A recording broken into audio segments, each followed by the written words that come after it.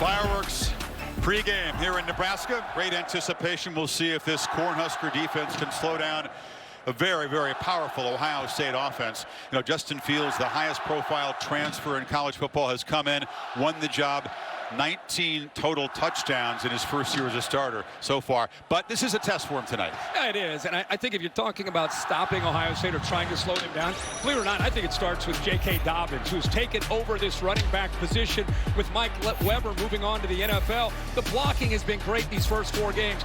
Watch how he does a nice job of breaking these arm tackles. He's gotten stronger, low center of gravity. Nebraska has to start there. If Ohio State's able to run the ball, Justin Fields has shown an ability to be very diverse in his ability to throw the ball. The arm strength from the pocket. Look at the laser, 43 yards to the back of the end zone. Benjamin Victor goes up and makes a play. Under center, watch for the bootleg. Puts a lot of stress on a defense with his athletic ability, but he's so comfortable just flipping that with accuracy and the arm strength. So from the pocket, on the edge, a lot to deal with for the Nebraska D. Check these categories, which are key indicators of how dominant a team is. Red zone touchdown percentage decides so many games. Buckeyes scoring an 85% clip. It's a 67% gap between their opponents. Look at the points off turnovers, and the sack differential is enormous as well. You can make the argument in the first 4 weeks of the season coming into this week, Ohio State's been the most complete, most dominant team in the country.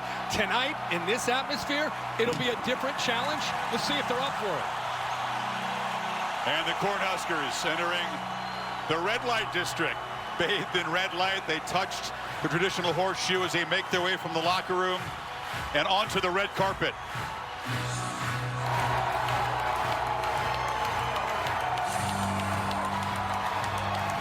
Scott Frost, of course, who made that walk as a player in year 2 as a head coach, trying for his signature victory here.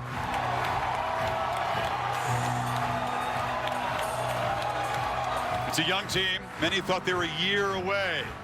See if they can escalate that timetable tonight.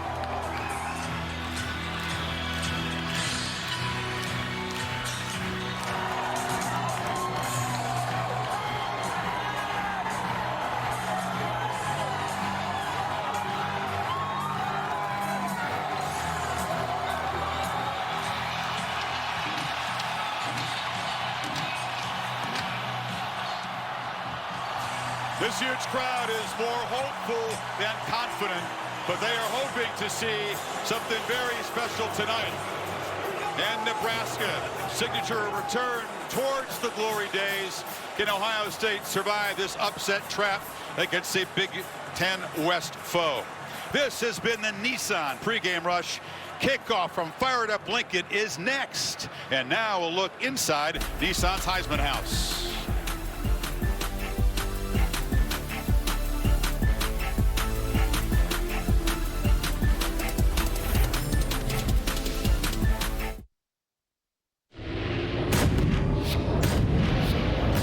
ESPN, home of the college football playoff.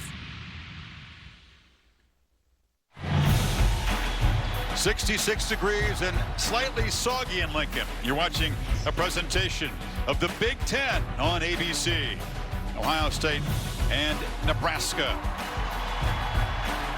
Ryan Day, joined by Maria Taylor on the sidelines. All right, thanks, Chris. Coach, you said that this is a big road test for your team. What did you want them to understand about the challenge before taking the field today? Well, there's going to be adversity along the way. We got to handle it. We got to handle the crowd. We got to handle adversity somewhere along the line, but we got to play tough. We got to play hard. Okay, what do you need to see your offense do and be effective at early in order to have success? We got to win the line of scrimmage, and we have to make big plays in a pass game. All right, thanks for your time, Coach. Hasn't lost as a head coach, 4-0 this year. Told us the #1 challenge by far, the weight of expectations. One stumble in a setting like this can spoil the seasons by the Buckeyes' high standards, potentially. Yeah, no question, and when the torch gets handed to you at a school like Ohio State, it becomes your team, and the identity of the team becomes your face and your brand in games like this. It's a big opportunity for him personally and for Ohio State to see where they are. Nebraska's offense on the field first. Ohio State won the toss and deferred. So Blake Hobbill to kick it away, and we'll see #1, Wan'Dale Robinson, the talented and versatile true freshman weapon. See if he gets a chance to return it. Driven to the end zone, and he will bring it out. Buckeyes, normally strong coverage team, stops him at the 17 as a flag is down. Adrian Martinez is a freshman a year ago, very nearly engineered a shocking upset in Columbus. During the return, holding, return team number 18. Half the distance to the goal, first down and 10. Sophomore from Fresno comes off a 300-yard passing, 100-yard rushing game in the rally at Illinois last week. Has great ability. We talked in the open about what he did last year against Ohio State. A runner, a thrower, a creator is going to start inside his own 10 after the holding call.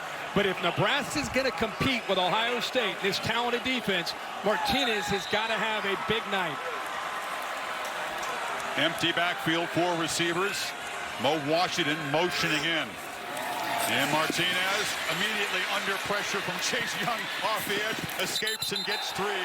Young was going to be now flag. He was hit out of bounds. So a mental mistake against an overly keyed up defense. Yeah, not only does Malik Harrison hit him out of bounds, he goes low, diving at the lower body.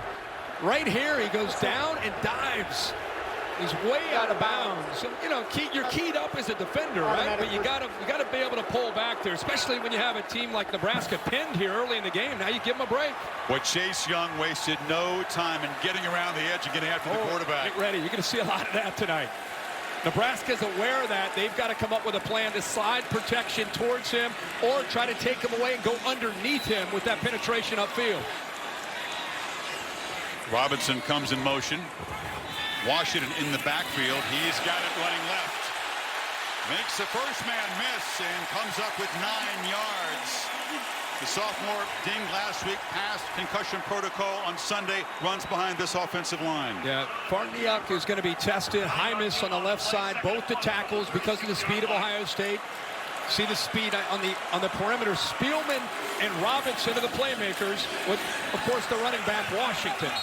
Ross told us he'll be very careful running with tempo tonight. Doesn't want to make this a track meet, but that short gain is enough to move the sticks. Talked about Young in the far left, 2-18. Jonathan Cooper, leader and captain, back for the first time all year. Tuff Borland in the middle, Malik Harrison, Pete Werner, 3 really good linebackers, and a lot of talent back here.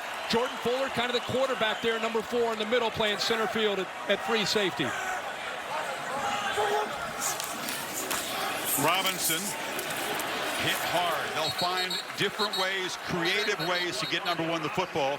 Harrison made the tackle. Boy, has he been a breath of fresh air for Scott Frost in this offense. They had J.D. Spielman coming back as a receiver. They had Maurice Washington as a running back, but they needed somebody to come in to help them.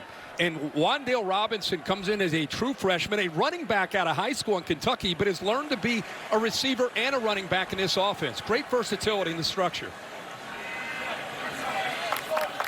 Got 3 yards in that first down play.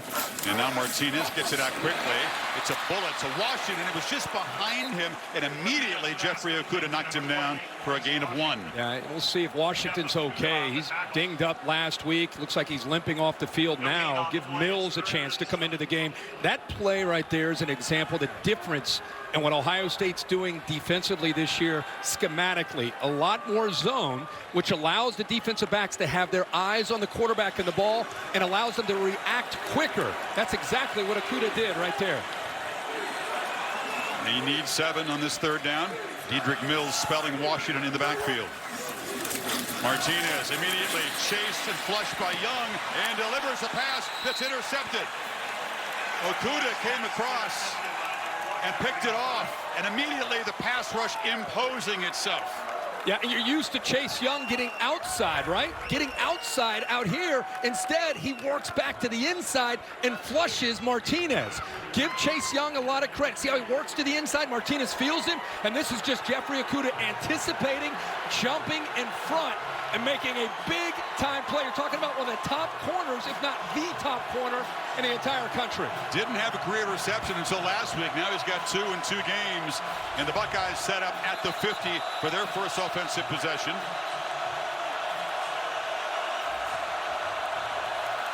Bill Cervinsky is the referee. Could not hear his mic there. Maybe indicating that Tom Herbert, the replay official, wants to take a look at whether Okudah did secure that interception. And may take a peek at that to see, as he went to the surface, to see if his hands and arms got underneath the ball before it hit the surface, or to prevent it from hitting the surface. Have an early rep for our rules expert in the booth, Dave Kataya. And to me, Dave, looks like the ball was secure before it hit the ground. What do you see? Well, the rule is he has possession, and even if the ball touches the ground, unless he loses. After review, the ruling on the field is confirmed. First down and 10, Ohio State. As I was saying, that is a good call because the ball moves, but he never loses control or possession. So the takeaway gives excellent field position for this first series for Justin Fields. Of course, originally committed to Penn State, went to Georgia, couldn't beat out Jake Fromm, transferred to Ohio State, immediately eligible, and he has been impressive throwing and running the first 4 games. They fake it to Dobbins, and Fields slings it to Austin Mack. Long throw for a pretty short gain. And check the Ohio State offensive line. They've been run blocking and pass blocking well. Yeah, four new starters up front. Josh Myers doing a nice job at center. You can see a lot of skill tonight. KJ Hill, a veteran. Olave doing a nice job with his route running, and J.K. Dobbins, one of the top backs in the country. You talked about his physicality on display there. Legs churning. He picked up 5 before Mo Berry stopped him. Yeah, Mo Berry hit him, and then he went for a ride for about another 5 or 6 yards. He is a physical back. This defense knows they have their hands full. 2-gap, meaning that the defensive line's got to do a good job of trying to build a fence up front, letting those linebackers try to run and make a lot of tackles. Lamar Jackson on one side, 21. And then 23 on the other. Boodle, they've got to hold up, playing a lot of man-to-man against a great group of receivers. 2nd and 5, Dobbins plows ahead. The Texan always has had blazing speed, but he added muscle. Teammates say from the first day at Camkirk, they saw a different runner. Yeah, and I think Mike Weber, the last couple of years, he and Dobbins shared carries. I think it made him feel like he had to show what he could do. They say this year he's taking those singles, those doubles, not trying to make every play a home run. It's a 3rd and 2. Just needs a single, but he is knocked down right at the 30, right at the marker by Berry. He'll spot it, giving him first down yardage. And that's exactly the Nebraska defense right there. Now, they give up the first down, but the defensive line occupies the O-line, and that gives the linebackers a chance to come up and clean it up. Berry, a physical middle linebacker, comes up just a little bit short of preventing Dobbins from getting that first down. He's the captain, leading tackler, and the fiery voice in that Nebraska defense. Ohio State looking at the safeties on this play to see if they have a chance to try to attack downfield vertically. Play action. Fields, pump fakes. Does take a shot to the end zone. Jump ball. KJ Hill could not come down with it. Well defended by Cam Taylor-Britt. You just kind of had that feeling, Chris, that after grinding out that first down, Pass interference. that they would eventually take that Number shot. 5. They get the pass interference on Taylor-Britt. Automatic first down. He goes up. See if he makes contact before the football gets there. Boy, that is really close, man. I don't know about that. You know, a lot of times if your eyes aren't turned and finding the football, they'll call that, but I don't see any contact. His arm went between Hill's arms. Yeah, and in fact, he touched the ball. Kind of how it's coached. That was well played. There's no face guarding in college football. Penalty moves the ball to the 15. First down. Empty backfield. Fields pump fakes again. Has room to run. And he will dive for the end zone as Ohio State cashes in the pick. Draws first blood in Lincoln. But watch the middle of the defense clear out with respect to the receivers getting out. You have a back, you have a tight end, linebackers clear out, nobody there to account for the athletic Justin Fields. And he's got a big arm, he makes plays from the pocket, but this is the difference between Ohio State last year, where they distributed and threw the ball from the quarterback spot with Dwayne Haskins, to now a mobile, athletic playmaker in Fields, not just throwing, but also right there, a run and a scramble for a touchdown. He's a very enthusiastic runner, and he has 7 rushing touchdowns to go with his 13 touchdown passes. The crowd still booing the pass interference call that set up the touchdown, but it all started with this. Athletic, diving pick by Okudah. And then Ohio State takes it 50 yards with Justin Fields finding Pater. And the hometown Cornhuskers down an early touchdown.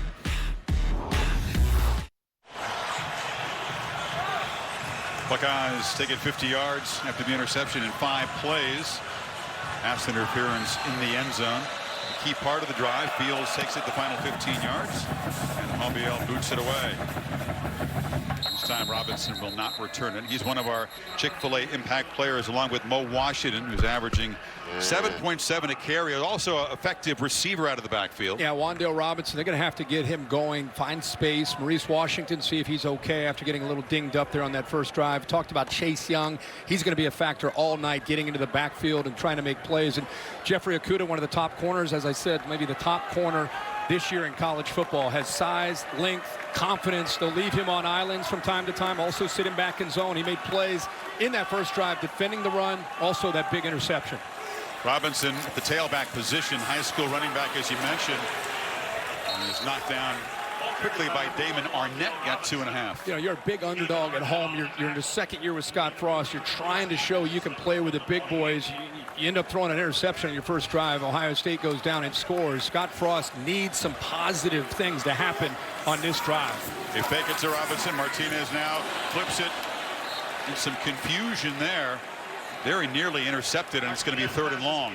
They're trying to draw the defense to set up that screen, and he just panics here. He should have kept baiting that defense and waiting to give Robinson a chance to just kind of dump it over top of that defense. But I think he felt a little urgency out of respect for that pass rush, and he hurried it. They want him to be more decisive, less measured, just kind of cut it loose. On 3rd down from the pocket, flushed out quickly.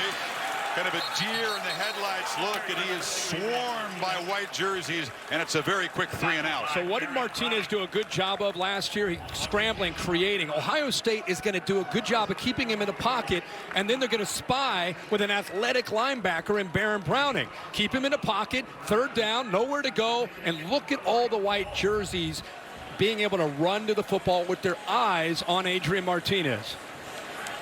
Isaac Armstrong, the senior from here in Lincoln, left-footed punter.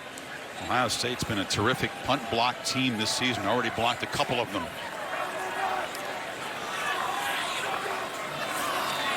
They come after this one. The lefty gets it out. It's low, not especially pretty, and is returnable. But excellent coverage as they swarm and call for a loss. So Ohio State forces the 3 and out, gets the football back, up by a touchdown. 6 minutes in.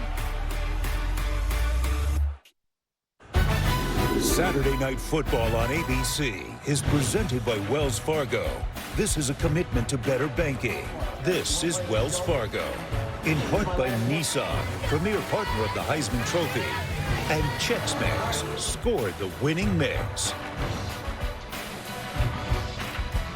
Cornhuskers Eric Crouch, Johnny Rogers, 2 of the 3 Nebraska Heisman winners, stopping by the Nissan Heisman House here in Lincoln this afternoon. Combined, these programs have 10 Heisman Trophy winners, of course 7 for the Buckeyes, both members of the 900 win club. Nebraska reaching that milestone a week ago. Welcome in Oklahoma and Notre Dame got their 900th program victories earlier today. Ohio State from just inside their 40. And Dobbins picks his way, shows the patience, shows the push, and Olave got a block on the edge. Talking about the push. Watch the Ohio State offensive line. Wyatt Davis, right guard, the center. Josh Myers pulling around. Watch the center pull around 71. Gets a good push. There's Wyatt Davis. Look at that push. Josh Myers pulls around, hits Barry, pushes him back 5 yards. Makes it a lot easier to run. Guys in red run roller skates. Yes. Quickly into Nebraska territory, threatening to build a quick early double-digit lead. And when you run the ball like that and control the line of scrimmage, boy, oh boy, it puts a lot on the safeties to start creeping up. And then you've got Fields and the receivers one-on-one. Fields, second pass attempt tonight, looking downfield, now checks it down and finds Hill, who's spun out of bounds after a 4-yard gain. There's so much to deal with when you prepare for the Ohio State offense this year. There's the traditional spread stuff where he's in a shotgun with 3 or 4 receivers. They get under center with 2 tight ends and a running back. They bootleg out of that. Just a lot to deal with outstanding spacing from the receivers. Dobbins slams straight ahead. Knocked down by Darian Daniels, the Oklahoma State transfer. 3 very big bodies in that Nebraska defensive front. And that was a nice play by just holding the point. It's what you want to see from Daniels and the Davis twins, be able to hold the point against that aggressive and athletic Ohio State O-line. Yeah, 3 guys each, 315 plus. So Daniels rolls on 3rd down, and it's a 1st down completion to Olave, the sophomore. Yeah, and Justin Fields looks out to his right on 3rd down and about 4, and he sees the cushion. Look at the cushion, and he just says, I'll take it. If you're going to give me the 1st down, I'm just going to roll out to the right, get away from any threat of the blitz, and flip it out to one of my more talented receivers with that cushion. Easy 1st down. Tough receiving core to defend because Fields spreads the ball around. You can't just key on 1 or 2 guys, really. That's right. Incredible to think the depth at receiver. They lost Johnny Dixon and Paris Hamilton and Terry McLaurin, and here comes that next wave of receivers in a very deep group. On 1st down, Dobbins breaks free and drags a tackler for another 1st down near the 20.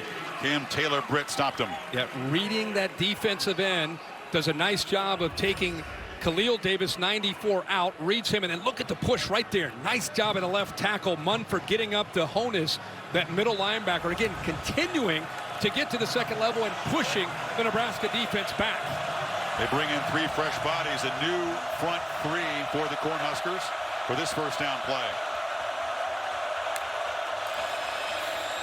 Dobbins again hit in the backfield and knocked down for a short loss. Mo Berry penetrated. Chris, that's exactly what I saw, is Berry saying, hey, instead of sitting back here, letting this offensive lineman come at me and pushing me back, I'm going to beat them to the punch. I'm going to get downhill. That time he penetrates the Ohio State offensive line before they can come out of their stance and get up to him. He's the aggressor there. Tailback Demario McCall is in the slot to the right. Comes in motion. Fields looking to his left. Pump fakes again. Still buying time and just throws it away. Nice job of containing the athletic Fields. Remember, he hurt them already with his legs. This time only rushing 3, dropping 8. But still containing him, and even though he wanted to take off, not letting him create and find an open receiver downfield. Buckeyes 2 for 2 on previous 3rd downs. Here comes the noise. Empty backfield. Dobbins split out wide left. It's a straight run. He's got the edge, and he's got a 1st and goal. What a call. And understanding and preparation. You're going to get man-to-man, and when you have motion from the tight end, this defender's going to go with him, and the man from the corner, there's nobody left on the alley. Watch the corner leave with the receiver. You got a lineman pulling around. He didn't even need the lineman. That's a play call. That's design formation to get the defense and what you want them, and take advantage of the man on the edge and run it with the athletic Fields. Fields under center now. 2 tight ends to the right. Power formation, Dobbins straight ahead, and he'll stretch for a gain to the 2-yard line.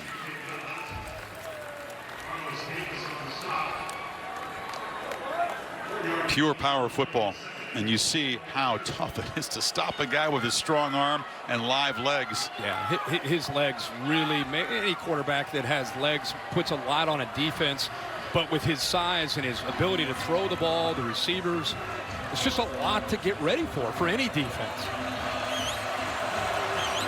3 tight ends in the game now on 2nd and goal.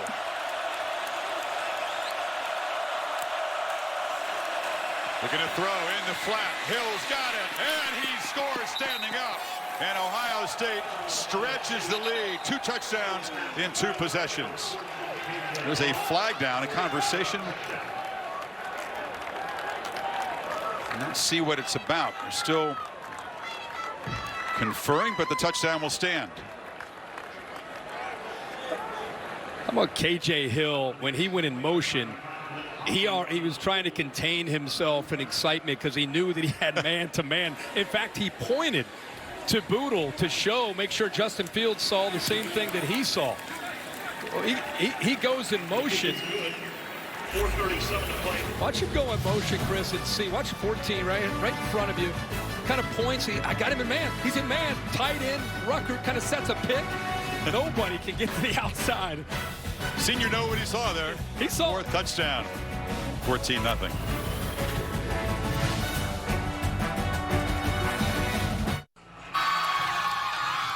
Taco Bell celebrating passionate student sections with the Live Moss Student Section of the Year. Go to ESPN.com/Taco Bell to see how your school can compete.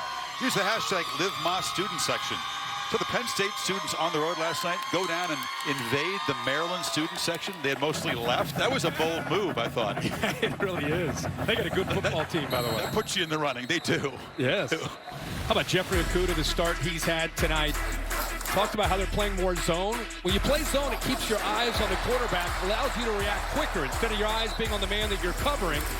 It's a different approach, Ohio State defensively. You can see a great job of getting into the backfield by Chase Young, and then the eyes in anticipation, almost baiting Martinez to throw that ball, and then jumps in front of it for that early interception to give the Buckeyes offense plus field position there to start their first drive. Yeah, it's hard to find a guy in that secondary to pick on. Difficult to find a matchup you can really exploit.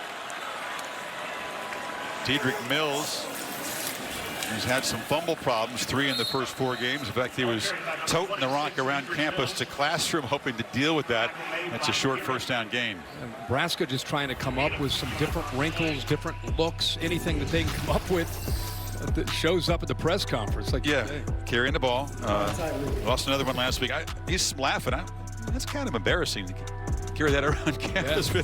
Hopefully it'll work for him. Fumbles have been a problem for this Nebraska offense. Martinez has been hit a couple times. It's a high snap. Slings it in the flat. And Mills shows his acceleration. And he's a more powerful back than Washington. Maybe lacks that top-end gear, but he can make you miss, too. Does a nice job with some blocks out in front of him. Austin Allen, the big tight end, does a good job. Mike Williams, the senior, also. It's an extension of their running game. Just get the ball, flip it out there. You got hats on hats, and you let your skill guy make a play. In the fullback position, it's Mills carrying a different look, kind of an I formation with Robinson back there. They caught him napping. Where's Tommy Frazier? This is Scott Frost, Nebraska, under center, quick hitter with Dedrick Mills almost acting as, instead of a running back, more the fullback, old school Joel Makovicka. I was hoping Nebraska. You'd say his name. Yeah, man. Scott Frost reaching way back with these different looks. He said he would show some things they have not shown on tape to try to trick this Ohio State defense. And now Robinson hurdles a man in traffic and picks up 6 more. Just so you understand the game, when you're playing a team with this kind of talent, you gotta come up with some creativity. Give them looks to make the helmets in silver look over to the sidelines like, guys, we didn't look at this all week. What do we do here when they get under center? So that's what you talk about with giving them wrinkles, making them think, and trying to slow down that athletic defense. High snap again. Washington corrals it. That's been a problem for the center, Cameron Jurgens, who's athletic. He's a converted tight end. He's got a big future, but so often snaps like that just mess up the timing. Yeah, he's going to be a superstar, but you're right. When you run this kind of offense, everything is quick. And Martinez, it takes all he has just to get the snap, and now he's trying to make his read, and it's just, when in doubt, you hand it off, and that's what he did there. Sets up this third down. Injured in camp, didn't have a lot of reps. Again, talented future, but that has been a persistent problem. Now they need 5 on third down. And Martinez rolls out, and he'll get the first down and move the sticks inside the 40. I mean, this is 1990 Nebraska. That's Scott Frost there running this. That is old school Nebraska, reversing, pivot, coming back to the strong side, and letting Martinez be the athlete that he is and come up with just enough for the first down. Now they feed the fullback again, and it's Mills barreling to the 25. What are we, 1996? Just an old school trap here. Trent Hicks in the left guard. Man, these Nebraska fans got to be loving watching this. They are. They appreciate the drive, but you're exactly right. They're picking up on what they're seeing, and this reminds them of the glory days. See, we just talked about the different wrinkles makes Ohio State, who's very, very prepared for what they've seen on film after 4 games, say, hey, coach, we've not seen this look. Like, what is this? They're under center? I mean, we didn't go all the way back to 1997 to study this offense. So nice wrinkle here for Scott Frost and this offense. He knew they tried some different things tonight. He's an up-tempo coach. He's basically been up-tempo every time he's been calling plays, whether it's Oregon or UCF, where they had the biggest one-year offensive turnaround in history, and here at Nebraska as well. But he knows he's got to change up tempo, change up looks tonight. Well, that and he's down 14. And he needs to keep this crowd believing. He needs to keep his team believing that they can compete. And you get down 14, you dig yourself a hole. You need to try to have something obviously positive happen to get this stadium and get everybody to buy in. And, hey, it's going to happen tonight. After the defensive timeout, it's a first-half play. Martinez from the pocket, looped it over the head, and it's intercepted. Picked off the hands of Robinson, and Okuda's got his second pick tonight down at the 5. Okuda with his eyes goes down, actually slips. He's covering J.D. Spielman downfield. The ball sails, goes up into the air, and Robinson makes a great effort, but his tip puts it, you see Okuda laying there, and the awareness to come up with that interception. Unbelievable. And a good job of coming off of Spielman by Okuda just in case there is that tip ball or the ball goes in the air and makes the play. Promising drive ends with a pick. The second for Martinez. A little too much adrenaline. Sailed it over the head of Robinson and Okuda. These picks are coming in bunches. That's 3 in the last 2 games. Didn't have one in his career before that. That's right. Ohio State now backed up at the 4.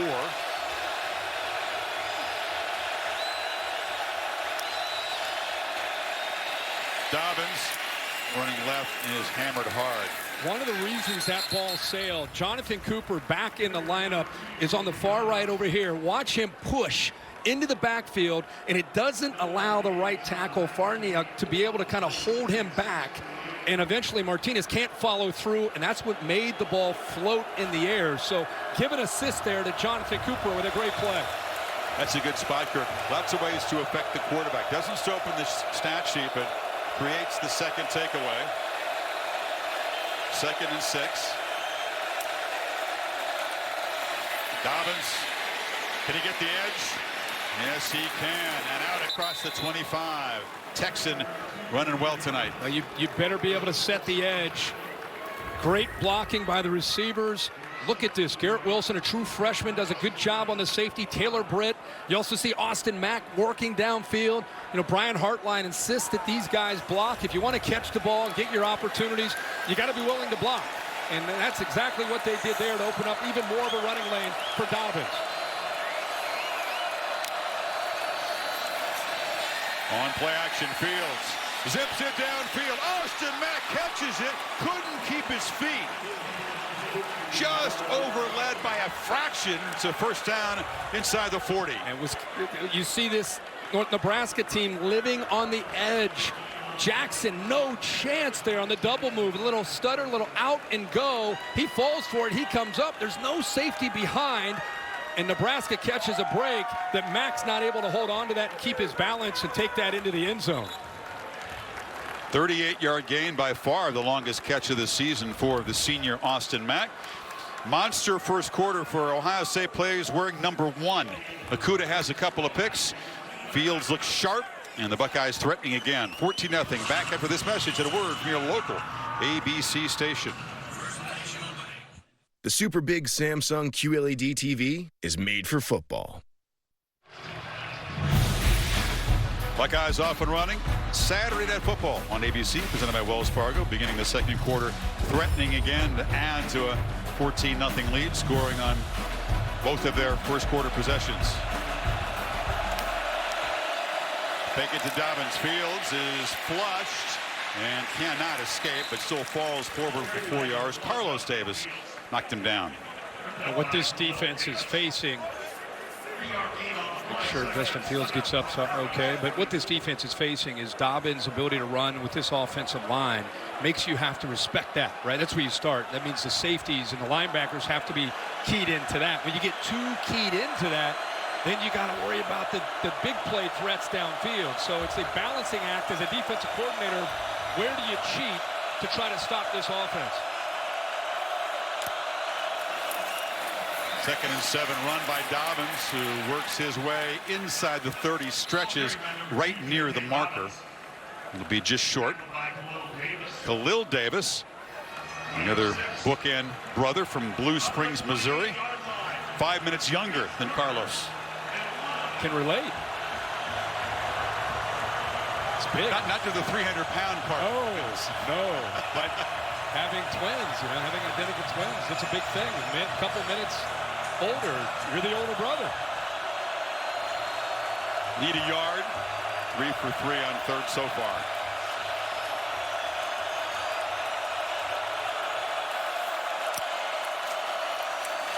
Dobbins slams straight ahead, and they'll move the sticks to the 26. What a battle tonight at the line of scrimmage.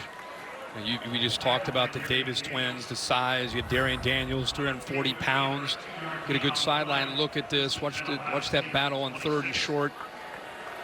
Nebraska doing everything they can to win at the point of attack. I'm going to tell you something, though. After watching the first 4 games and tonight, I don't know if Ohio State's had an offensive line like this in a long time. These guys are athletic, and they're getting a push. And we're going to talk a lot about Fields and Dobbins and all the skill, but those boys up front are getting after it. You mentioned 4 new starters, a couple of sophomores in there, too. Josh Myers and Wyatt Davis, the center and the right guard. Good conversation with Wyatt Davis. He's very excited about this group. He knows there's more work to be done, but they've been tough and physical through the first 4 games.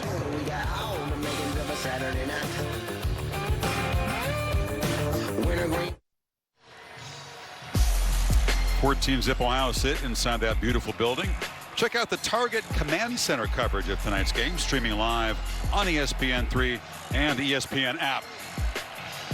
Ohio State with Ryan Day calling the plays, threatening to add to this lead. 165 total yards already.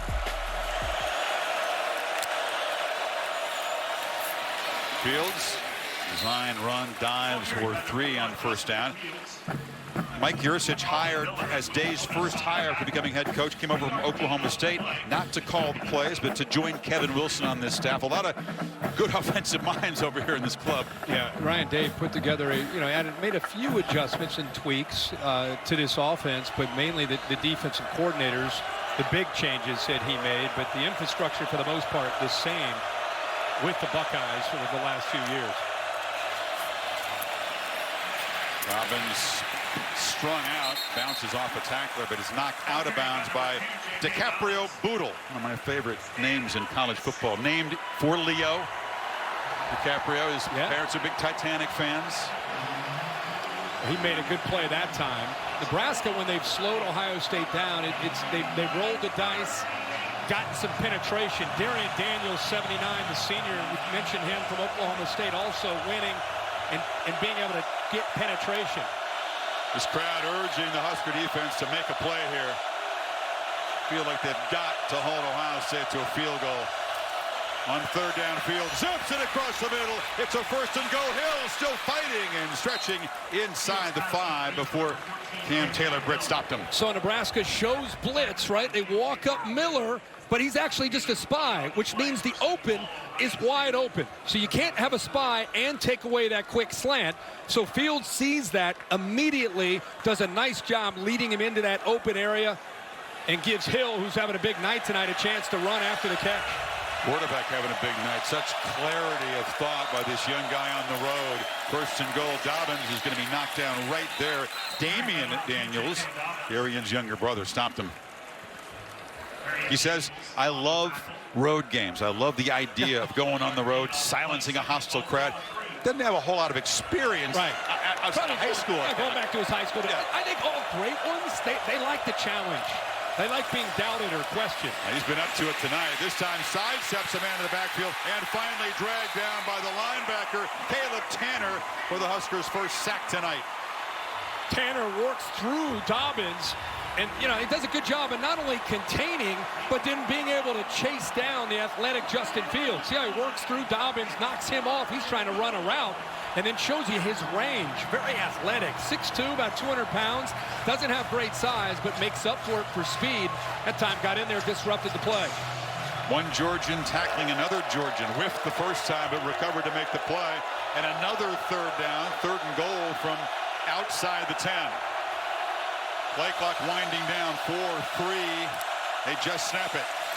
Fields has time from the pocket. Now looking for space, scrambling, and will be knocked down short at the 6-yard line by Carlos Davis. And they do force apparently a short field goal attempt. Yeah, and Nebraska not bringing pressure, just kind of sitting out there waiting. They took every option that Justin Fields had. The offensive line actually does an amazing job of keeping those 4 out, keeping him, giving him a chance to potentially scramble.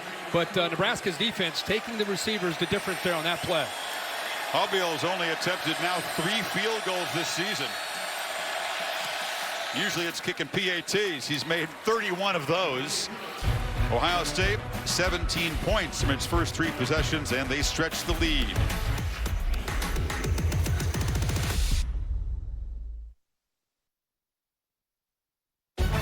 Saturday Night Football, presented by Wells Fargo on ABC, is brought to you by Pacific Life. 150 years strong. Protection and retirement solutions for your future. And Mazda. Feel alive.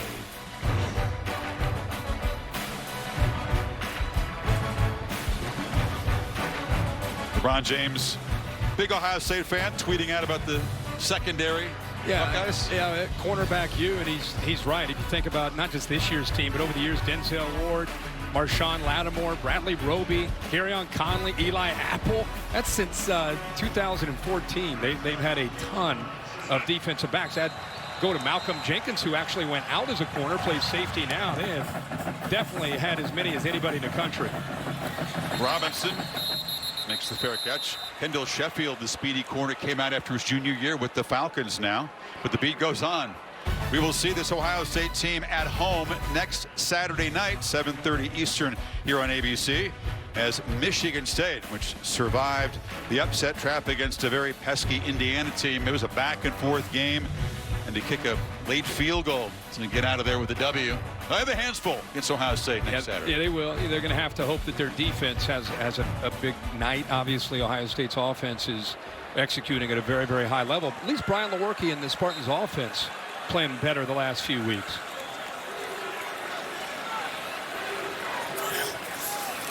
Another snap that forces Martinez to adjust to it, and the pass is broken up beautifully by Shaun Wade. 6'1", 194 pounds, can play anywhere. Will be an NFL corner. LeBron will love that.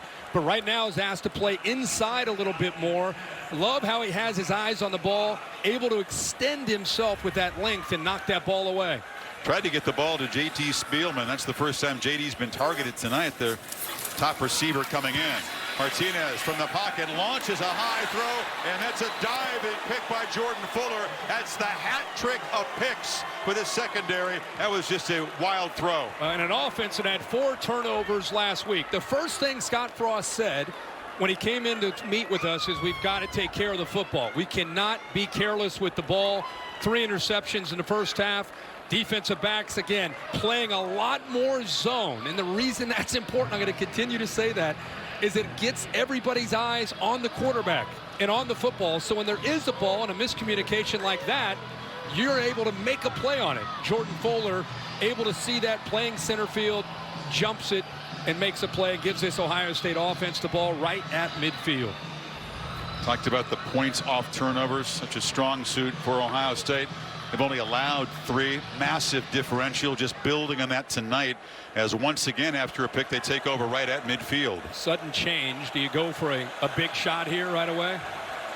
Redshirt freshman Master Teague, a highly touted back, is in there, but Fields keeps it, and he has plenty of territory.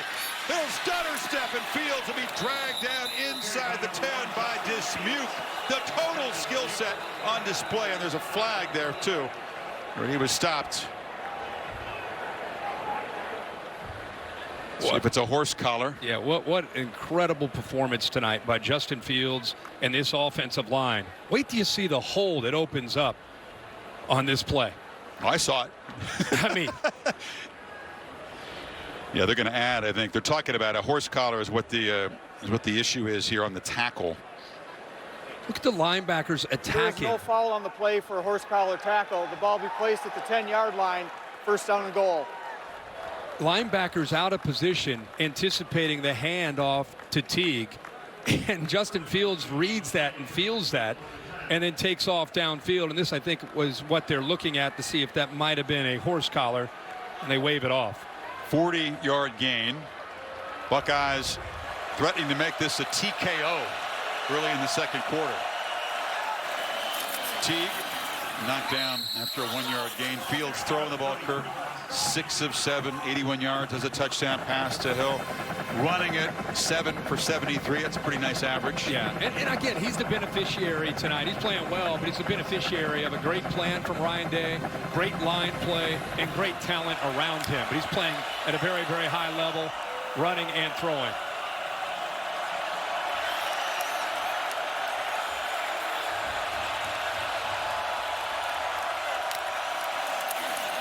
Teague breaks a tackle and scores standing up, and the Buckeyes are pouring it on in this sea of red, which has gone quiet. Well, Ohio State has turned to Master Teague to be the man that spells J.K. Dobbins, and he runs through an arm tackle, but at the offensive line does just such a good job play side of cleaning that out, giving him a chance to be able to just run right through that arm tackle. The guy that's trying to make the play is in the middle of trying to just hold on for dear life because of the way he's getting blocked by the line up front. There were plenty of people here that thought Ohio State was not the team to beat in the Big Ten East. I don't know. Like, what are the teams to beat in the country? Oh, without a doubt.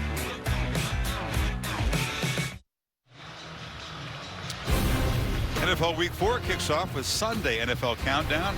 Randy Moss is going to show all the guys who got mossed today's college games, plus the story of how Minshew Mania has gone from the Palouse to the Jacksonville Jaguars tomorrow morning, 10 o'clock Eastern Time on ESPN. And Monday, the 50th season of Monday Night Football continues. Your Bengals take on the Steelers. It's the 100th meeting between the two teams. Countdown at 6 Eastern Time. Robinson will leave it right there. You know, defending this Ohio State team is not just their talent, it's the scheme, the formations. 2 tight ends, 1 tight end with a back, trips with a shotgun formation. They're spreading you all over the field with 5 receivers, and then at times, like I said, you got to deal with being under center. So when you're getting ready to play on a Saturday night, it's what you're able to do Monday, Tuesday, Wednesday, Thursday, Friday to get ready for all of this plan that makes it so challenging to deal with what Ryan Day has to work with in 2019. They can relax a little bit. You could just feel the tension all week, and last night talking to him, the weight of expectation here is just enormous.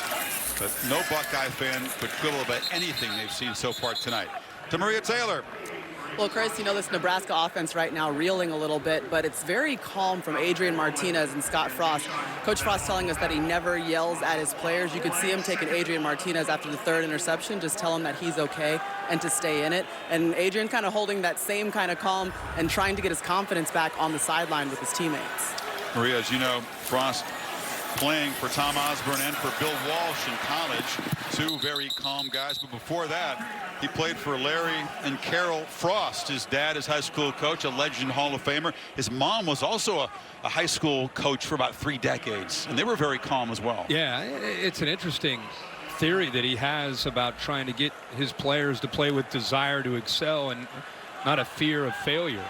And I think that's a great approach. And I think players today especially respond to that approach.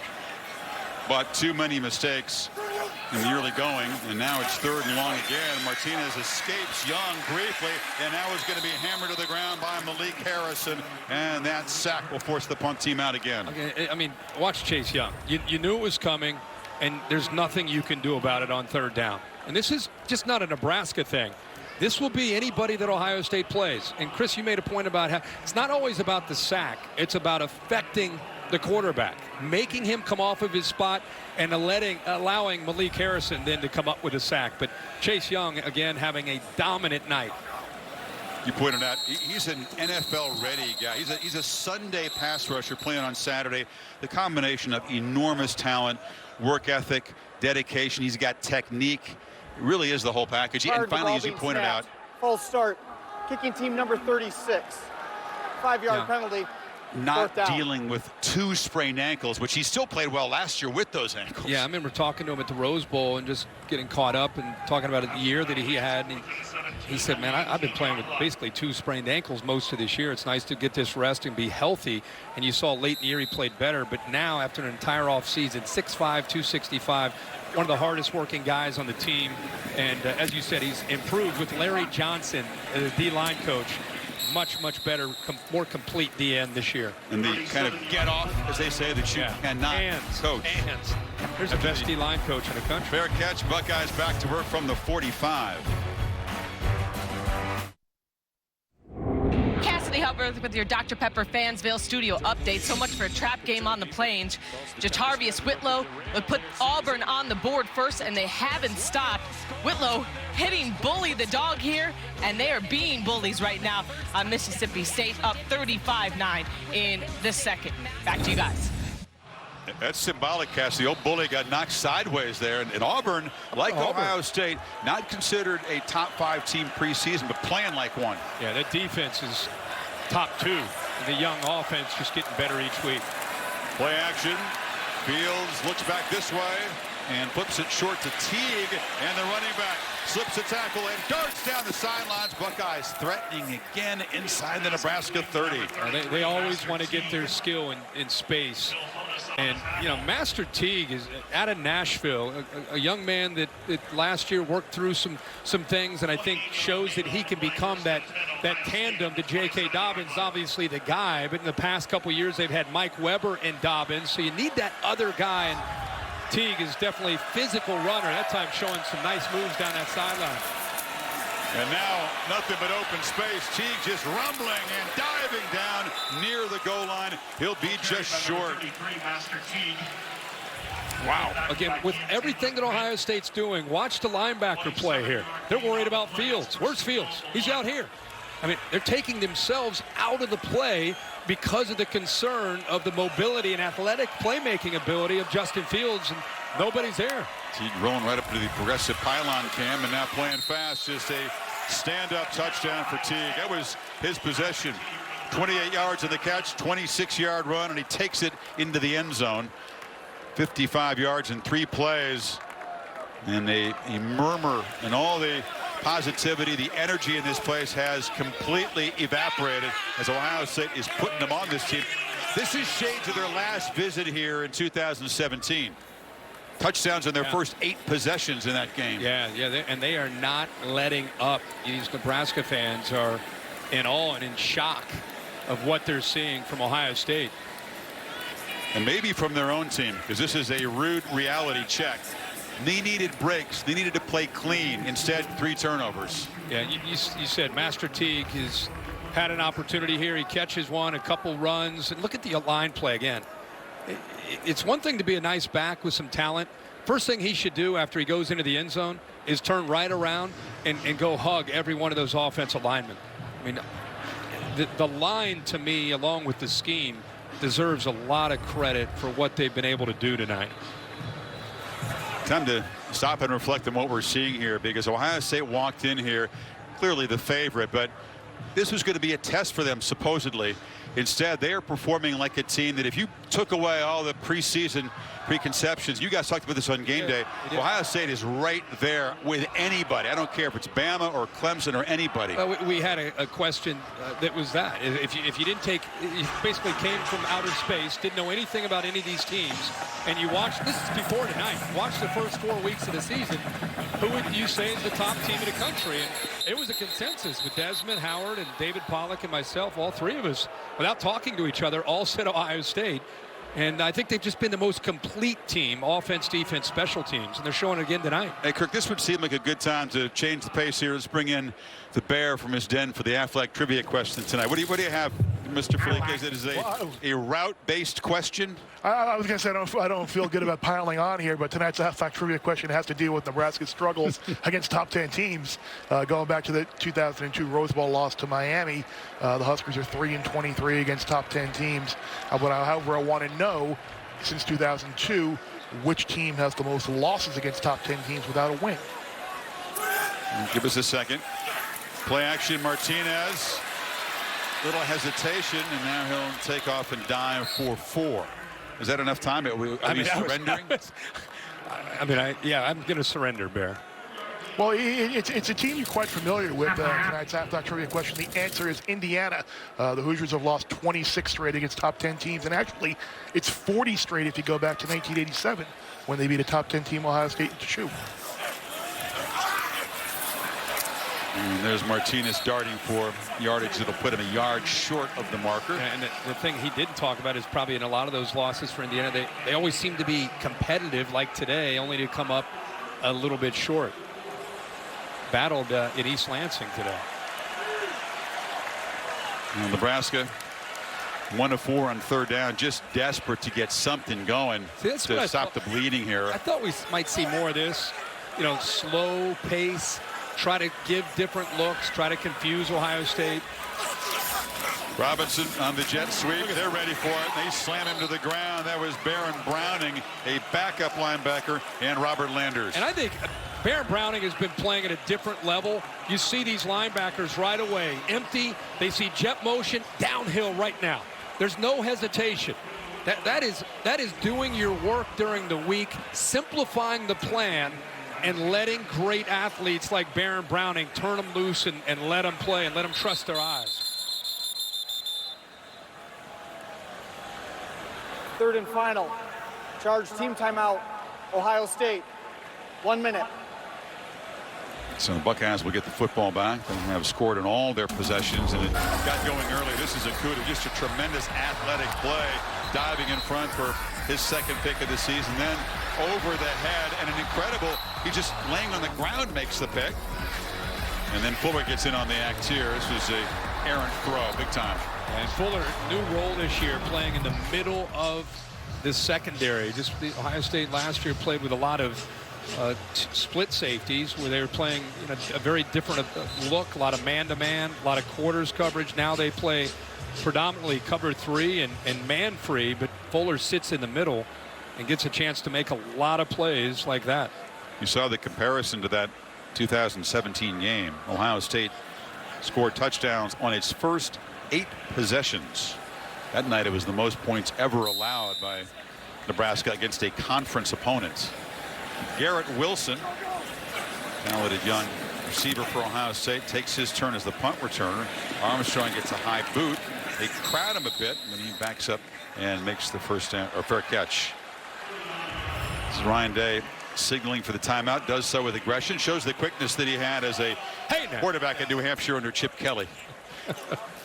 It's one of those guys that just, outworked, outfought everybody. In high school, he was a catcher in the baseball team, point guard in the basketball team, of course, the quarterback and a captain of all those teams. And right away impressed Chip Kelly when he played under him at New Hampshire. Yeah, and I think he has a lot of the mannerisms that you see from Chip Kelly as far as how, he's up 31-0. You just saw him rally the troops as if he's down 31-0 before he sent them out to go back on the field with 4:02 to go. Dobbins hitting the backfield, but spins free. Look out. Ooh, just stopped there. Would have been a massive game if Dismuke hadn't gotten him. Good visit with Chip Kelly last night as Bruins off a big win. Come back from behind last weekend, playing in Tucson tonight. But Day was his quarterback, and of course Scott Frost was the offensive coordinator under Kelly. He was coaching on the defensive side when Chip hired him from Northern Iowa. 8 years at Oregon, laying the foundation. Kelly also was a head coach. Eric Shenander was a defensive assistant. Jeff Hafley, the Buckeyes defensive coordinator, also a defensive assistant under Kelly, who's all over the place in this game tonight. Dobbins another first down. He sure is. And obviously, you look at any head coaches that have been around for a long time. They've got assistants that eventually get opportunities. But like I said, along the way, Ryan Day picked up a lot of different things from different folks. But he'll be the first one to tell you that playing for Chip and then coaching with him, He picked up a lot of the instincts and mannerisms and just approach to the job from Chip Kelly. This Nebraska defense is not only outmanned, but at this point down 31, really getting tested mentally to keep fighting. Dobbins bounces free again, gets the corner, and is dragged down at the 30. Good block again by Olave on the edge. Just massive chunks almost every snap. Watch the left guard and the left tackle, 75 and 73, work this double team. That kind of sets it. Nice block by the tight end as well, Farrell. And then he gets to the next level where you have Olave and the receivers. So everything working for Ohio State. The initial point of contact, gets the double team, gets to the second level where the receivers are blocking as well. Now first down, play action. Fields takes a shot downfield. Jump ball incomplete. Garrett Wilson intended, and Lamar Jackson, the long-arm corner, broke it up. And Lamar Jackson, 6'3", 215, out there against a fleet-footed Garrett Wilson, who has got a huge upside as a true freshman. And he's in phase there, gives him a chance to make the play. I really am impressed with the lower half of Justin Fields. It's where I think he gets all his power and his arm strength is his core, and that his torque that he's able to throw that football with. It makes it look effortless when the ball comes out of his hands. Looking to throw again, zips a crossing route to Hill, is going to be dragged down after a 4-yard gain. Good open field tackle by Doman. Third down coming up. This will be the one play that Justin Fields just didn't quite see it. Is he has Dobbins coming out on a wheel route, and he just doesn't see it matched up one-on-one with Honus. See him sliding down. There's nobody there. Instead, he checks it down to K.J. Hill, but he had a touchdown there. Little confusion there. Hesitation in the backfield. Doesn't matter. He still just makes first down yardage inside the 20. Boy, Thayer Munford doing an Orlando Pace impersonation on that last Wow, that's play. high praise. I mean, he's 10 yards downfield, just pushing red jerseys backwards. Fields fires to the end zone. Mack dives. Caught it for a touchdown. Buckeyes can do no wrong. And this is a beatdown. You beat Boodle, who was covering well, but the throw was right there. Good for Austin Mack, who's had to wait his turn as an Ohio State receiver with so much talent. He goes up, good placement of the football, but great concentration and high pointing the ball and out fighting Boodle as they go down to get that possession and get the touchdown. First of the year for Mack. 16 different Buckeyes have caught passes. They have spread the ball all over the place. Incredibly difficult to defend. This depth of playmakers, and when throws like that, blocking like this, ouch. Do you just kind of sense that the rest of the Big Ten and the rest of the country are watching this team just saying, uh-oh? Especially the Big Ten. Uh-oh. East Lansing, they might be saying that. I mean, my gosh. Can they do anything else? Great pass protection. Nice placement. As I said, he had to work back a little bit for the football. But Justin Fields feeling it tonight. 9 of 11, 132 yards. This is more of a touch, an area that he continues to work and continues to improve to become elite. But that was an outstanding effort by Austin Mack at 6'2" and 215 to go up and take that ball away. Fields has thrown for 2, run for 1, and the first half dominance continues. Just check out that line. 252, 36. That doesn't include the 3 turnovers.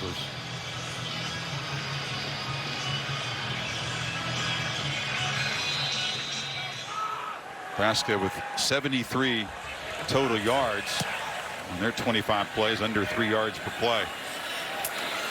Tom Robinson is going to take it out, trying to make something happen on special teams, but coverage team corrals him, knocks him out short of the 20. Dish halftime report. Kevin Negandhi, Mark Sanchez, Jonathan Vilma. Get you updated on what happened this afternoon and get their take on this incredible, dominant first half by Ohio State. And you wonder what Scott Frost, who's not a screamer at all, will say to his group. We came out here wanting to freewheel. They thought they had a puncher's chance, play fearless, challenge Ohio State. Chris, now it's about fighting. You know, you want to see who wants to fight. Still building this program. And you want to see the film, the eye in the sky is not going to lie. He's going to see effort. He's going to see who at this point down 38 is willing to continue to fight, because that's the culture he's trying to create here. They do have the 3 timeouts. A long way to go as they try to dent the scoreboard. Fumble. Martinez had the ball knocked out of his hand by Chase Young. He's made an impact tonight. And that's what he's doing. It's not just getting to the quarterback. It's an awareness of knowing where the football is. And if he's not going for sacks, he's going for the football. We've seen him do that this year a lot. When he gets to the backfield, his eyes immediately looks for the football, gets his hand on it intentionally, and knocks it loose from the quarterback. Tried to get it to Washington, kind of zipped it sidearm, and then just bounced off the running back's hands, and absolutely nothing going right. Hey, Ohio State's got 40 seconds to work with. Maybe thinking about adding to the lead before You never know. You never know. How about on that play, instead of getting to the quarterback, Young kind of has the instincts of a linebacker, senses draw, and just stops immediately, tries to get a hand on the ball, and if he can't knock it down, he would have been there to make a tackle. And he's just at a different level. There's a lot of guys playing at a different level tonight for Ohio State. Armstrong's boot is again low, a little ugly, and it'll be grabbed at the 48-yard line. Ohio State has spent all timeouts, but has 32 seconds if Ryan Day feels like taking a downfield shot and going for more here. They'll get the ball to start the 3rd quarter, just by the way. Not the way Martinez envisioned it. No. Obviously, Scott Frost knew that they were up against an incredibly talented team tonight, but you always are optimistic as a head coach, playing at home. You got a quarterback that last year had a good game against this Ohio State team, but the biggest thing that they needed to have happen did not happen, and that was a fast start. Day is 40. You got other young guys on the staff. Jeff Hafley brought in co-DC at age 40, but they got the old teachers. You saw Larry Johnson there. You talked about the finest defensive line coach in the country. A good mix of veterans and young minds on this staff, and they are thinking about more. It's a low throw broken up, trying to get the ball to Olave, and Lamar Jackson dove across. I mean, I told you that Ryan Day kind of has a Chip Kelly approach mentality. I mean, you're up 38-0, and there's Greg Madison, who came over from Michigan, co-defensive coordinator, along with Jeff Hafley, who came over from the 49ers. But yeah, that Chip Kelly approach, just keep fighting, keep looking to attack. And they're still looking to attack through the air. Fields launches it downfield. Olave lays out, but he can't quite get it in the end zone. Tremendous deep ball accuracy from Fields. Haven't really had the need to take too many downfield shots tonight. No, but Olave gets behind coverage, just a little bit more air. He's leaving these guys behind and just off the fingertips. Great route runner. Came on late last year with that talented group that Ohio State had the big game against Michigan.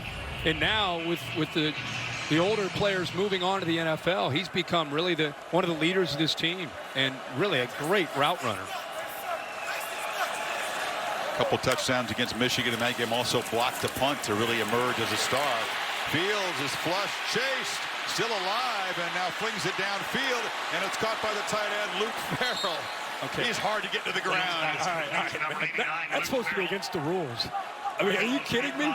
Scrambles, keeps it alive, and then throws back against his body. What were you saying about core strength? He showed everything there. Clocks the ball. 2 seconds to go. They just got up there. They had no timeout, so they had to try to get up there fast to stop the clock. Look again, 6'1" or 6'3", 235, and watch him work out of that, and then this, and then be able to find the tight end Farrell and throw back against his body. That's supposed to be a no-no, and he's able to throw it accurately. I mean, you might see that in high school from an elite player, but not in college. They're going to cap this half with a Hail Mary. Fields, final play of the half. A flag is down. He just flips it out of bounds. Now another flag comes in late. There's Ohio State playing an almost flawless first half. Just one penalty before this. Holding offense number 75. That'll be a runoff. The penalty That'll is be declined. the end of the half. That is the end of the first half. Mercifully for the Cornhuskers. Wow. Pretty breathtaking, complete, dominant performance by the Scarlet and Gray tonight in Lincoln, especially their quarterback. Kevin, Mark, and Jonathan coming up right after these messages with the halftime report. The dominant Buckeyes try to dodge the upset trap in Corn Country. We got the Buckeyes and the Cornhuskers going down the 50-yard line. We got all the Fields has room to run, and he will dive for the end zone. We got all the makings of a Saturday night. And this is a beatdown. Ohio State's pouring it on. Yes, they are. And so much for the upset trap. Welcome back to Saturday Night Football on ABC, presented by Wells Fargo, and this presentation of the Big Ten on ABC. Chris Fowler back with Kirk Herbstreit and Maria Taylor. 38-0. Ohio State in a sea of red has gone silent. A resounding statement made by Ohio State about how good they are and how big the gap is between these two programs at the moment. Yeah, you put 38 points up on the board, everything working. Justin Fields in such command. We wondered how he would perform on the road in this environment. And from just the very beginning, the opening series, you can see he's dialed in and making plays. Demario McCall takes the kick out near the 25. And here is the Pacific Life game summary. And two facets to the domination. Ohio State has just jumped on him, but the 3 turnovers. Twice Ohio State has taken over at midfield, and this was their one good drive. They threatened. Akuda came up with his second pick on the overthrow. Yeah, the turnovers were one thing, but Justin Fields, 10 of 15 to 148 yards. His legs, such a difference. 80 yards, 3 touchdowns total, and just really feeling good right now with answers to what Nebraska's tried to do in the first half defensively. A sobering 30 minutes of football for the 89,759 who were packing the stadium tonight.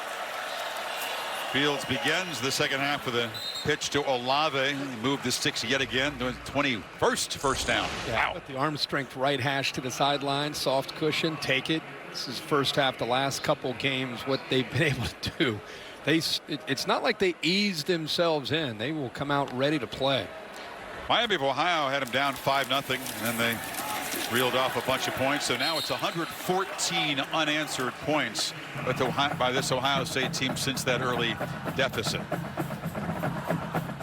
The good thing for Ryan Day is he came into this year with, I think, a very hungry football team, a team that took it personally, took offense to the notion that how's Ohio State going to be without Urban Meyer? How's Ohio State going to be without Dwayne Haskins and those great receivers? And I think this team collectively took that as a personal challenge. They play with an edge to them. Fields rolls out. Olave comes back and makes the catch. As you pointed out, Fields arrives here surrounded by terrific talent at all positions, but he has kind of gotten Ohio State's offense back to what they were before Haskins, who was such an accurate thrower, but not a very enthusiastic runner. No. I mean, his skill set opens up the playbook. I mean, Dwayne Haskins was once in a generation type of passer with his accuracy and his ability to read coverage. This is a very different offense. Dobbins gets loose again. You pointed out in the second quarter, this is going to be a test of Nebraska's will. Do you sense that has eroded and is caved in? I know Scott Frost pretty well on a personal level, and I think he went into that locker room 38-0. What's he going to say? You know what he's going to say is, guys, who wants to fight? I mean, this is week 5. We're building this year. We still have a lot of games to play. I want to see who wants to compete. Benjamin Victor is running free, and Fields, why not? Just drops a dime in there at the 12-yard line as they involve the rangy receiver for the first time tonight. Again, moving the pocket and doing a good job of getting plenty of time. This is one of those plays that takes time to develop, and instead of sitting in the pocket, they roll him out, and they get Benjamin Victor involved, where he's able to pick on the safety, Taylor Britt, but a long developing play there. And a long gaining play of 27. Sets him up. Quarterback keeper all the way, and Fields just going to duck down. That time is penetration by Khalil Davis and Darian Daniels. Yeah, that was actually a misread by Justin Fields. He's reading Khalil. He made a mistake? Yeah. One of his only or few of the night. Khalil Davis actually took him on the zone read. They're reading the inside man there, and he should have handed that football off to J.K. Dobbins. In case you're wondering, 0 throttling back from Ryan Day to begin the third quarter. It's a 2nd and 12 run by Dobbins. Short gain. Barry stopped him. 3rd down coming up. Again, this is the versatility. You're a defensive coordinator. You got Justin Fields back there, and you're thinking, okay, we got him in 3rd and long. He's going to throw, but is he going to throw from the pocket? Is he going to roll out? Who do I got to worry about trying to bracket or take out, because they've got so many different receivers, and Benjamin Victor up at the top is a guy that can one-on-one as well. Buckeyes 7 of 8 on 3rd down tonight. By the way, the average yard to make on 3rd down is 6. Hadn't mattered. Fields from the pocket, pressured, and he will be sacked. Finally, it took a while for Khalil Davis to get him to the ground. The Nebraska defense does show some fight on that series. They sure did. Khalil Davis finally able to get there. You see him right here. He'll work and work, and then finally he frees up and is able to work through and penetrate through that offensive line. Good coverage downfield is what eventually allowed Davis to get home. Albiel going to add to the point total. This is from 36. Made just 1 field goal in the first 4 games. They didn't have to try many. Has made 2 tonight. That's a huge win for the Nebraska defense. 41-0. The Connors, new Tuesday, 8/7 Central on ABC. A powerful moment that touched people all around the world came in Nebraska's spring game 6 years ago. A then 7-year-old Jack Hoffman had been battling brain cancer, adopted by this team, escorted on a 69-yard touchdown run. And now, 6 years later in junior high school, Jack is living his dream of being able to play football. Visit with the family and Maria Taylor momentarily. Robinson fields this one at the 3. Looks for a crease. Hasn't had a chance to really flash his speed tonight. And there is a flag down on the return. So that's going to back up Nebraska even further. Maria? Well, Chris, that was a 7-year-old Jack. Now we've got 13-year-old Jack, just celebrated a birthday on Thursday, and his father, Andy. Okay, Jack, you were able to watch that video again of you running, and there's the end zone you ran into. What do you remember about that? I remember everything being numb. I was just so nervous. I didn't know what to think afterwards. Well, you certainly took the heart of everyone in Nebraska. And, Dad, what has it meant for you, and what has this team done for you and Jack and pediatric cancer? Well, that run represents so much more than just an amazing opportunity for a little boy. When Jack scored that touchdown, he really scored a touchdown for the leading child cancer cause of death, which is pediatric brain cancer. And this football team, the Nebraska Cornhusker Control Program, I can't say enough good about. These guys have helped us raise almost $300,000 since that run. It's an amazing football program, and we're just so blessed with amazing support here in Nebraska. And just we've had some great opportunities because of that run to raise awareness nationally for this disease. Yeah, and Jack, you've been blessed because now you get to play the sport that you love. He's played 2 games so far. You've got your 3rd game coming up on Monday. What's it like to put on the helmet and play center in middle school? It's really nice. In 2013, I didn't really see football in my future. I never thought that I would actually get to put on actual pads instead of just a flag around my waist. Well, congratulations on this huge step. Dad, thank you so much for sharing the story yet again. And September is Pediatric Cancer Awareness Month, so we'll certainly be celebrating all month long with what you guys have been able to do. Chris? Thank you, Maria. He's a big dude. He's a center on his junior high school football team. We saw some tape. He was some road grading some defenders. Yeah, we had him on College Game Day this morning, and yeah, he was pushing people around. Still battling cancer, by the way. Has to take a couple dozen pills every day to deal with epileptic seizures. Courageous guy. Nebraska, 3rd and 10. Still trying to get the ball to J.D. Spielman for the first time. They targeted him there on 1st down. And now Martinez escaping, looking for anybody, flips it to Washington. That was a nice little pitch and catch. He tight-roped it. Let's see where they spot him. Oh, they're going to move it. It's not first down yardage. He stepped out evidently at about the 17. Yeah, you see that pass rush again. Martinez feeling that rush, and it does look like they're going to spot him short. I wondered if he may have run out of bounds as he was running his route, but he stayed inbounds. Both defensive ends, Ohio State, Cooper and Young, that time flushed him out.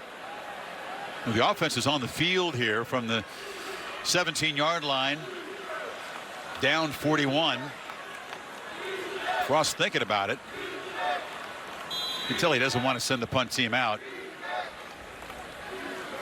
And he'll just let the play clock wind down. I'll have a conversation. I think he was trying to give the booth maybe upstairs enough time to take a peek to see if they might be able to overturn the spot. But, you know. The ruling on the field is that the runner was see that short of the right line to foot gain. after he makes the catch. Does it come down on the white, or did he keep it in the field? And it's going to be obscured by Harrison right there. That angle doesn't give us a great look from this side. Let's see. Catch, foot still in bounds there. Left foot in bounds, and then where is the football when he crosses out of bounds? I think they may improve the spot, Kirk, but I think it's still going to be a little bit short. It's probably be the best look right here. Right about at the 17, 18, he steps out, and there's the ball in his left hand. Got that ball spotted at about the 16 and a half, not quite to the 17. Looks like that'll improve the spot. Those last two looks.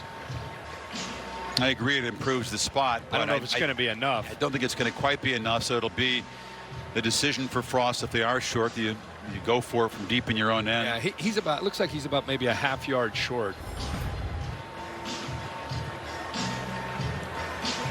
Nice little acrobatic grab. What's your take on Martinez? He's a guy that made the early mistake. You wonder, can a quarterback shake it off? But the 3 picks clearly putting his team in trouble, and he looks to be mentally affected by the pressure that he's been under all night. Yeah, well, he needs help. I mean, it's you can look at the numbers and say what's wrong with Martinez with the 3 interceptions, but you know, I think he's felt the wrath of the Ohio State defense from the very first series, and he's a creator. He tries to make plays when things break down, and that first interception that gave the Ohio State offense great field position was where he felt the pressure and tried to get away from Chase Young and ended up throwing that interception. So obviously been a rough night, but the young man fits perfectly into what Scott Frost is trying to do with this offense. Jeff Stravinsky, Tom Herbert collaborated and take a long look. Let's see what the verdict is. They have moved the football up to the 19. 4th down is still on the yard marker at the moment. Haven't made an announcement yet. Still checking that monitor. Don't know if the outcome of the game hinges on this, but they want to get it right. After review, the ruling on the field has changed. The ball carrier's foot stepped out of bounds at the 19-yard line, and the ball was breaking the 19-yard line, which was the line to gain. First down, Nebraska. Well, the crowd goes wild. Yeah. I'm always amazed how they can look at a replay and change a spot. We all thought it maybe move up about 2 yards, 2.5 yards, but boy, you're splitting hairs there when you're trying to figure out where the spot is. They had to combine about 3 or 4 different angles because there were things involved there, as you heard Jeff explain. In any case, Nebraska series is alive. Robinson is tailback in the I formation. It's an option look. There's the pitch. Can he get the corner? Yes, he can. More old school Nebraska. Beat Warner first amount. Yeah, old school. And speaking of old school, watch Robert Landers, who's back in the lineup. And when you're doing that reverse pivot, turning around and trying to get down the line, the last thing you're worried about is the quickness of a nose guard like Landers, who's, as I said, back in the lineup after missing last week, has good quickness on the inside. Here he comes again. Oh, my goodness. Warner just popped the ball carrier. You can hear that 12 stories above the field up here. 6'3", 240. A great linebacker, but also athletic. Watch him lower the boom here. Listen to him. He got sandwiched. Warner hit him from the front, and that knocked Robinson backwards. Boom. That's Wandale Robinson, a true freshman playing in a game, learning a few things. Martinez is hit hard, dives forward. That was 3rd and long, and Chase Young wraps up the quarterback, and it's 4th down. Here comes the punt team. Yeah, you go back to the awareness of Chase Young. Instead of getting upfield on 3rd down, he sees the quarterback taking off on a draw, using his eyes and instincts to make so many plays. This guy stays healthy. I don't know if you're going to find a better defensive player in the country in 2019. Has a streak of 6 straight games with a sack on the line. Doesn't have one yet, although he's impacted the quarterback a number of times. Armstrong, another low lefty boot, and Wilson did not call a fair catch. Flag is down as he rips off a big return deep into Nebraska territory, but this one's going to come back. Very low kick from the lefty, gave the young returner a chance. But again, flag. It's the 2nd on Ohio State tonight. During the return, illegal block in the back. Number 12 of the return team. 10-yard penalty from the spot of the foul. 1st down and 10. Full media timeout. So penalty on Sevyn Banks will back the ball into Ohio State territory. Buckeyes back to work, up 41-0. Saturday Night Football, presented by Wells Fargo on ABC, is brought to you by the Ford Expedition, built to be a better big. And General Mills. Bring more to your game day with General Mills tailgate recipes. See what you can create at wearetailgatenation.com. Got a young T.O. there. Sport coat and tie. Of course, Trussell with the vest. 2 quarterbacks who had very different college careers. Frost, of course, had a high-profile program. 2 of them, actually, Nebraska and Stanford.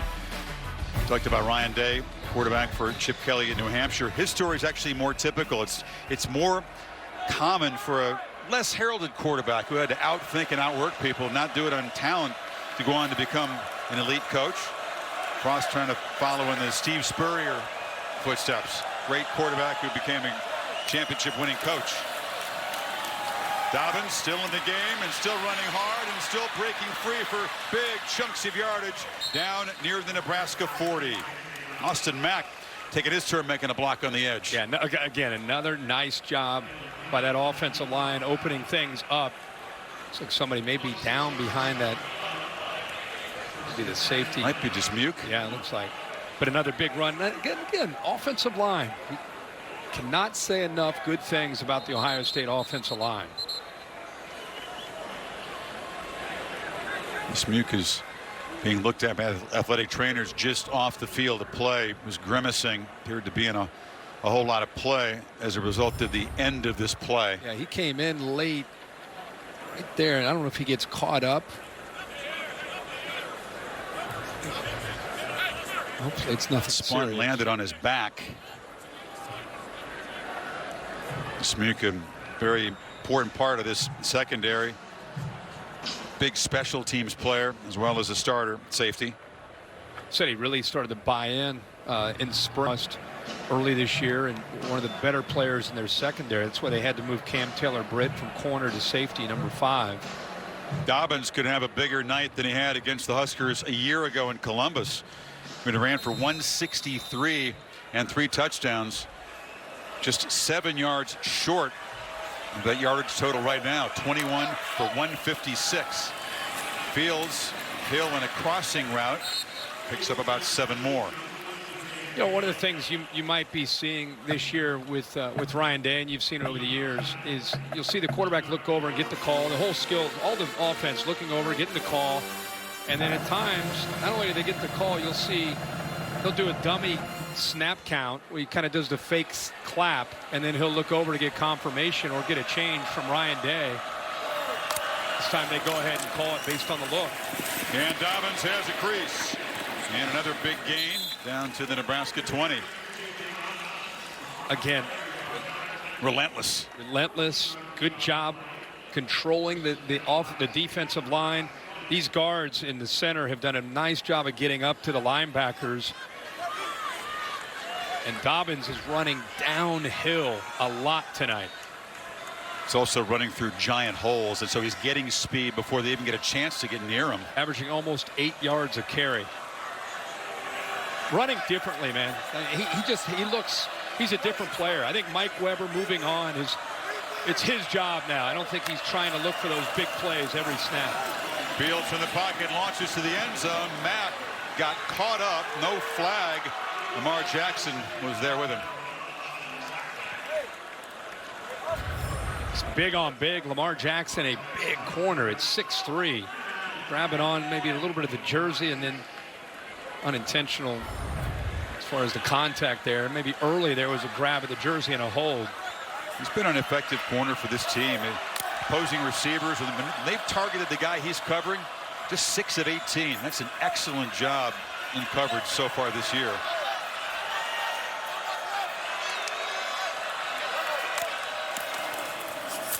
Fields keeps it and just kind of glides for more yardage down to the 13. Just knowing that that's there, that's a gain of 7 or 8 yards, but that's a defensive coordinator's worst nightmare because you have to account for that.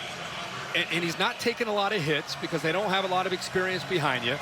So you're trying to put a defense together, and you have to account for that, which opens up other areas to attack for Fields in this offense.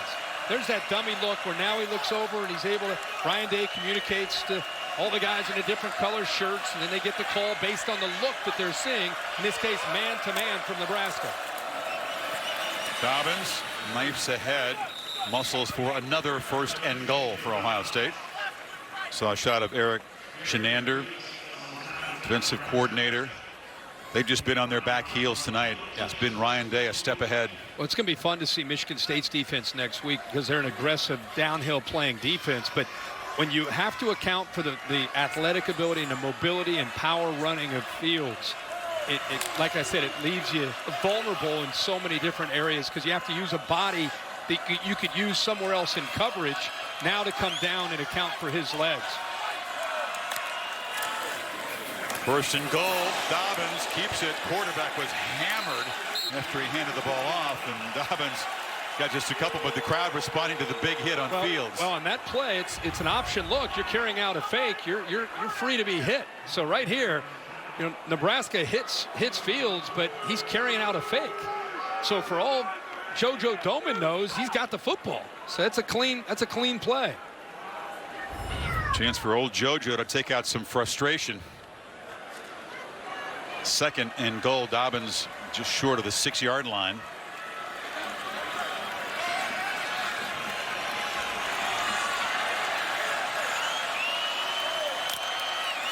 Fields looking left, launches to the end zone. High throw over the shoulder. Garrett Wilson, no signal. Touchdown. How about that? What a throw. Great catch, the true freshman. He goes right into the wall, gets a foot down right there. Actually gets third foot down right into the padding. And you're looking at a superstar in the future in Garrett Wilson, the true freshman out of Austin, Texas. Everybody wanted Garrett Wilson. He decides to come to Ohio State. Nebraska fan. Boy, he got a good look at that one. Yeah, slammed into the turnbuckle. You can see the official had to turn around and see, did he hold on to the ball? He did, and Ohio State extends the lead. Front row for an ugly mugging, 48-0.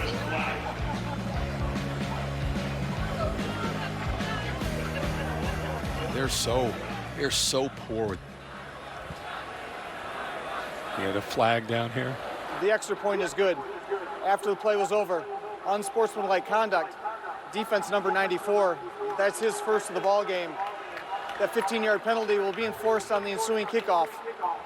Immediate timeout. So that's Khalil Davis, another frustration flag. Brilliant throw and catch. Fields now 3 touchdown passes to go with his touchdown run. Buckeyes are coming home to the Horseshoe next Saturday night on ABC. We'll be there as the Spartans come calling. Also streaming live on the ESPN app. Got the All-State playoff predictor coming up after the kickoff. We'll show you the likelihood of the various teams of making the bracket of 4 based on prediction to the outcomes of the remaining games and what the committee has done, their pattern of behavior past years. And there was a change based on the results today, because Clemson was the top team most likely to make the playoff, but their close call with North Carolina has dropped them down only a 69% chance, slightly below Alabama. You think Ohio State's chances might be coming up after this result is factored in? I think the all-state playoff predictor and who you would rank in the top 4 right now, based on what you've seen, not based on, well, they were number 1 at the beginning or they were number 1 last year, they won the national title, just how teams are executing through 5 weeks of football. You'd be hard-pressed not to put Ohio State at 1. I think Ohio State would be 1, Bama 2, Clemson 3, LSU 4. Martinez fires low, just inaccurate once again. It's just been a tough night for him mentally and physically. Again, I think it's all about, you get a chance to evaluate teams and watch them and not look at it based on your preseason thoughts. Now you've had over a month to watch teams, kind of see where they are. Polls are, I guess, fun to talk about, totally meaningless at this point of the season. Martinez a low throw, and finally they involve J.D. Spielman. He's got an interesting story related, of course, to Ohio State, but he's been a big weapon for them this year. Makes the catch and finally gets involved. Once committed to Ohio State's lacrosse team. He and his brother, adopted by Rick Spielman, who's now the Vikings general manager, Chris Spielman's brother. And Chris Spielman was showing Mike Riley, then Nebraska head coach, his highlight tape. And he said, let's sign the kid, get him off the lacrosse team onto football, switch schools. Martinez shows you what he can do with his legs. Shows a burst in the open field. Can they catch him? He finally will fall forward and out of bounds down near the 10. He waited a long time for an explosive play. Yeah, and the Ohio State brings a corner blitz. Now this looks like last year Ohio State. All the man-to-man coverage backs to the quarterback, and you don't even see that the quarterback's free and running. You had a free safety there in Josh Proctor, who didn't take a great angle, but that was more of the style of defense that Ohio State played last year. And Martinez able to elude some pressure early, and then there was nobody left there to pick him up. 56-yard gain. They finally let the quarterback get his pulse rate back down before running this play, and he hands it off to Mills. You tell me, I didn't know if you ran for 56 in your career, but you went for some nice runs. Yeah. I mean, you're still gassed as you try to get up there and call the next play. Yeah. But I think, based on the way you prep, look at Ohio State. Look at Larry Johnson, defensive line coach. They're starting to put some different players in the game, and they want to keep trying to perform at a very high level. I want to keep the shutout intact. And that's going to do it as Mills finds the end zone. And Nebraska on the board with 2:07 to play. So they have shown some fight after halftime. Yeah, the big run by Martinez puts them down in scoring position, and this time they're able to capitalize. And you're right, that's what we talked about. What does Scott Frost say to his team when you're down at halftime the way they were by 38 points? He talked to them about fighting and just trying to continue to grow and get better. That's a drive they can try to build something off 5 plays and 75 yards. Lane McCallum, one of a coterie of kickers they've used this year, knocks it through. They finally got some red balloons in the air. They waited a long time. They held on to these red balloons, and now they're in the sky finally. Little slanting, angling, backfires on Ohio State. Baron Browning actually moving as a linebacker, took himself 5. See how he kind of takes himself. He's following that H-back who is going in motion. And by him vacating that area, it opened up a nice running lane for Mills, and he hit it downhill for the touchdown.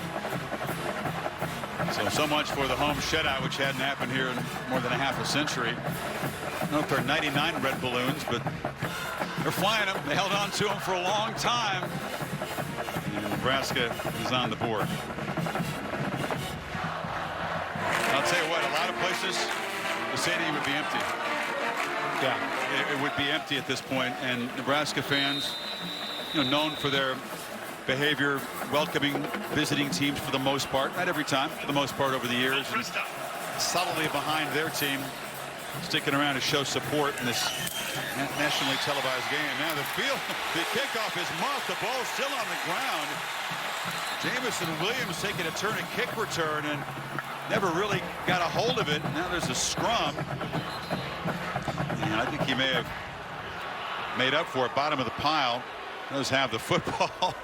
And looks like he felt the effects of that hit. There was a flag down, by the way, where it was kicked off. Looked like Jeremiah Stovall, 24 of Nebraska, got down there and hit him. Crowd reacting to the hit. Offside. Kicking team, number 49. Ohio State is elected to have the ball re-kicked after the 5-yard penalty. See if they change up the returner this time, though. And actually, Stovall down here at the bottom, who makes the big hit, one of the players that may have gotten an early start. Ohio State incredibly high on 2 true freshman receivers. Garrett Wilson, 5 out of Austin, Texas. And you just saw Jamison Williams, the freshman, 6'2", 170, had an electrifying touchdown late in the game last week against Miami. They're trying to give them chances, but then when you fumble, you get taken out.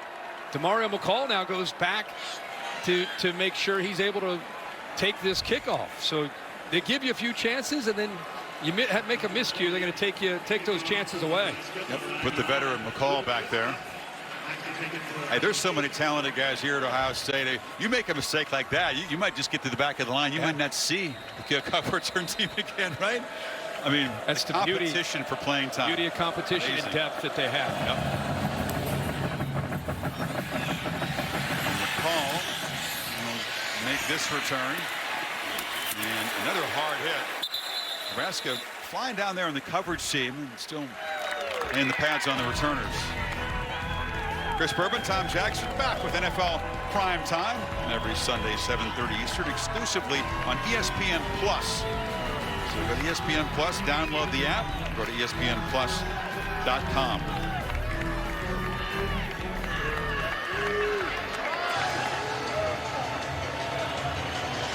For Ohio State, starting offense still on the field after the defense gave up first points of the night.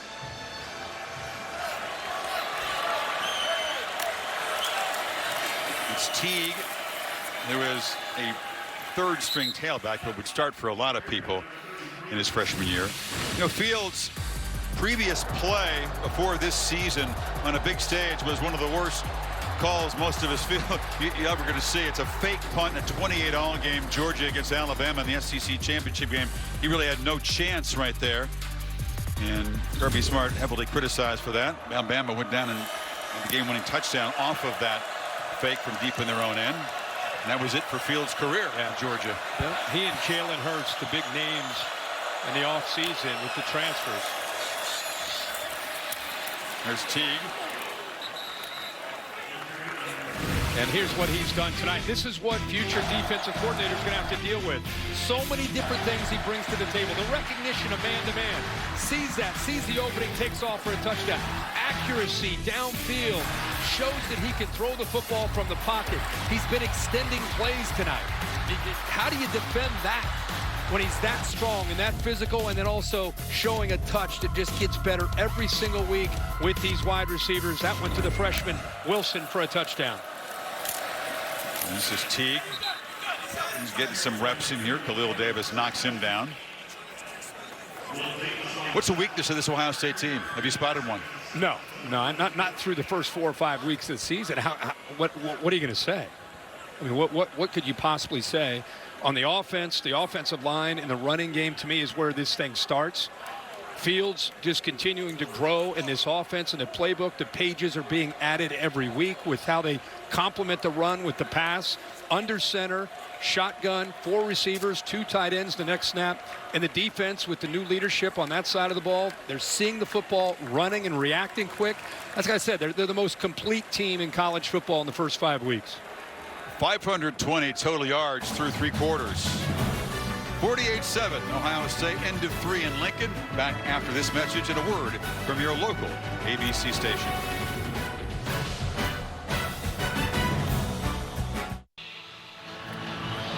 Well, they're down 48-7, but they are on their feet and singing and waving around their cell phone flashlights.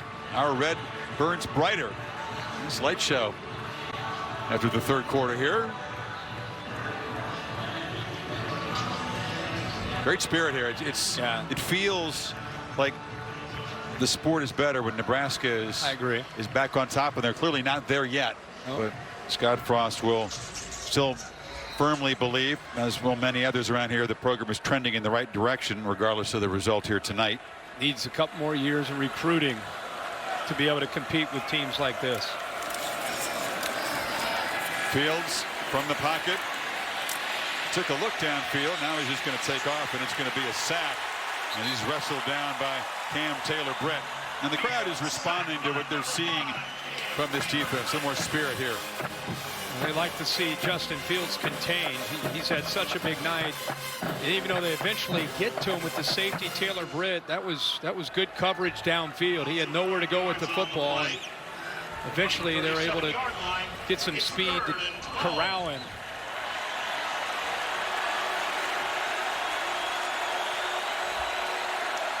Ohio State needing 12 on this third down. Incredibly efficient tonight on third down, and it's a run. They tried to pop Teague quickly through there, but he was tackled by Colin Miller, and it's fourth down. Some people may be watching and wondering, Ohio State up 48-7 into the fourth quarter. You still see Fields and still see that first unit offense. I think it's early enough in the year where you're still trying to grow and still trying to get reps for guys to try to continue to get better for games down the road. Well, Drew Crispin did make the trip. Ohio State's punter makes his first appearance tonight. Only his 13th punt of the season. He has not been very busy with this offense moving up and down the field. And J.D. Spielman trying to make an impact play as a returner if he can. Very high, deep boot by Crispin, and no chance to return it, and it'll just bounce into the end zone. Nebraska back on offense, down 48-7 after this.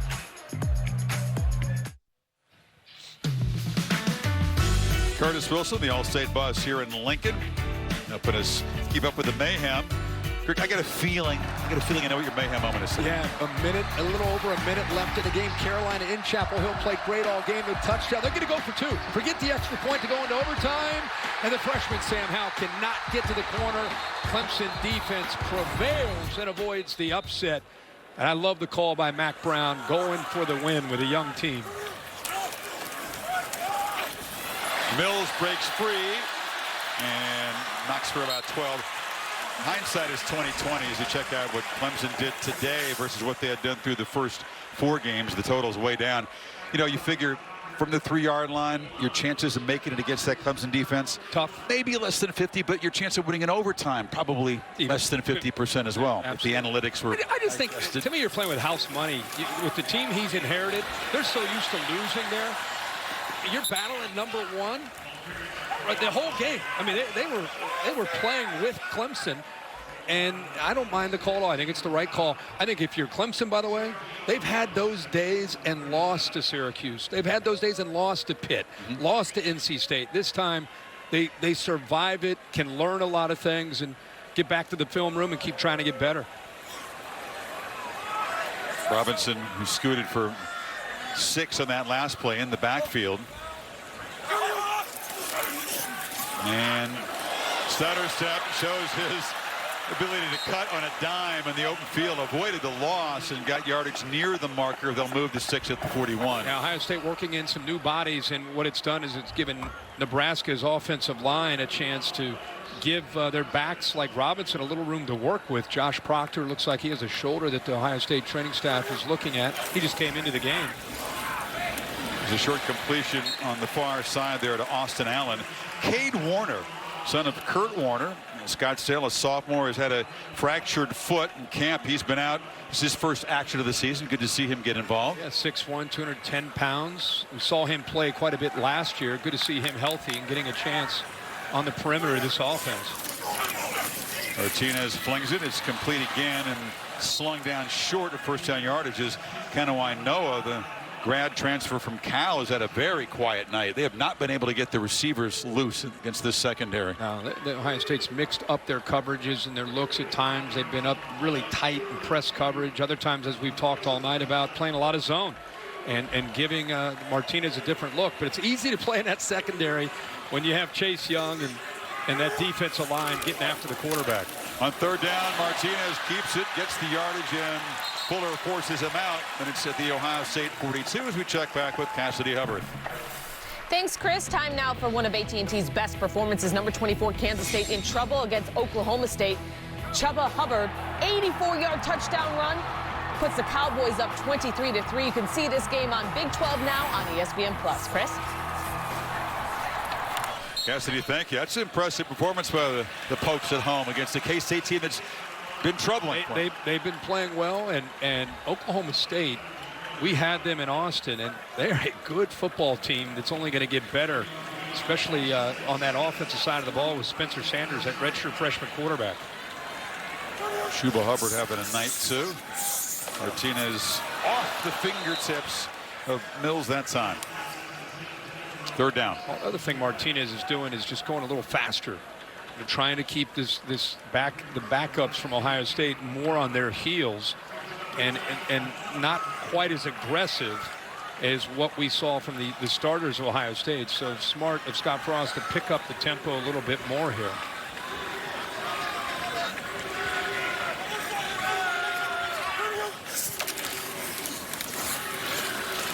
There's a run. Figured he's got 2 plays to get the 6 yards. They got just a couple there, so it'll be 4th down and 4. People evaluating Ohio State nationally. People evaluating Ryan Day nationally. What kind of coach will he be filling the shoes of Urban Meyer?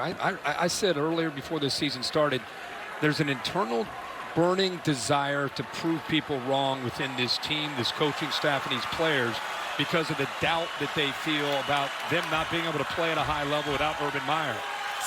So Chase Young, some of the starters watching as the backups try to stop Martinez, but he gets loose, and he'll fight for a first down, so they convert on 4th down to the 31. Good effort there by Martinez, and this game right now at 48-7 is over, but I'd love to see the quarterback fight. You'd love to see him fight to get that first down. And it took all that he had in a game that hasn't been going really well for him, all that he had with that competitive spirit to get that first down. Now rolls out and flips it short. Robinson cuts it back to the middle and is knocked down after about 8. How many crowds would you see that they'd be down 48-7, and this is about as discouraging of a loss as this program can probably have imagined when this game started? And yeah, there's still a lot of people in here still encouraging their players. Still impressive. You see Maryland really the other night? Yeah. I mean, I don't blame them. Oh, really? It's cool to see that. You don't see that most places in the country. Like what you said about Ryan Day. We talked about him last year, but Urban Meyer was suspended for the first 3 games. He got a great opportunity to come in. That was his audition. Handled it beautifully. Then Kirky got a chance at the Rose Bowl. We watched them beat Washington, and Urban kind of turned and passed the baton. So his first chance to address this team as the head coach, not the interim head coach, was after a Rose Bowl victory. Imagine that feeling. Yeah. And that being your first job as a head coach. No doubt. Mills still running hard, barrels down for a 1st and goal. As the Buckeye backups are being run over a bit now. Martinez still trying to get this offense up. Senses an opportunity here.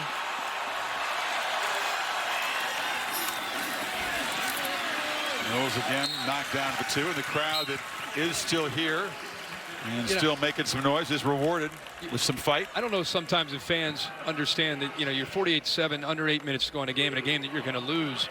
But if you just a little thing by finishing a couple series in a positive way, and you go back to the film room on Sunday and Monday, how that can help you in week 6 and week 7 and week 8. Just by fighting and not giving up, it can really help develop this culture that Scott Frost is trying to cultivate. Mills right into the teeth, and you can see Ohio State's players determined not to let Nebraska score a second touchdown. Even though these guys some of these players are backups, there's some talented players inside on that Ohio State defensive line. Togiai, the big 300-pounder from Idaho, and on that stop. Antoine Jackson in there. Tough Borland, the middle linebacker, still out there playing. You know, of all the positions that Ohio State has a lot of talent, one area that Urban Meyer, and now you're seeing with Ryan Day, they really emphasize defensive linemen for Larry Johnson and the wide receivers, the depth and where they recruit and really excel to a different level. Those are the areas. Keeper on 3rd and 6. He actually tripped over Mills in the backfield, fell forward, no gain. It'll be 4th and goal. Tyler Friday, one of those backups, have clogged things up. Yeah, the reason he tripped over him is Tough Borland tackled him. Watch 26. Zone read, puts it in there. 32 says, I'm taking him down. And by doing that, he actually helps bring Martinez down because he fell over top, Chris, as you said, of Mills. Pride against pride. A team trying to not give up for some backup players and some starters that are trying to have a goal line stand. Yeah, well put. 4th down. It's a fake reverse. Martinez still has the football. He's surrounded, backpedaling, and will just stumble down way back at the 16. Really had no chance to make a play. Buckeyes were all over it. Didn't bite on the reverse at all. No, they had that covered. He looked backside, and Banks, the backup safety, took it away, and nowhere to go with the football.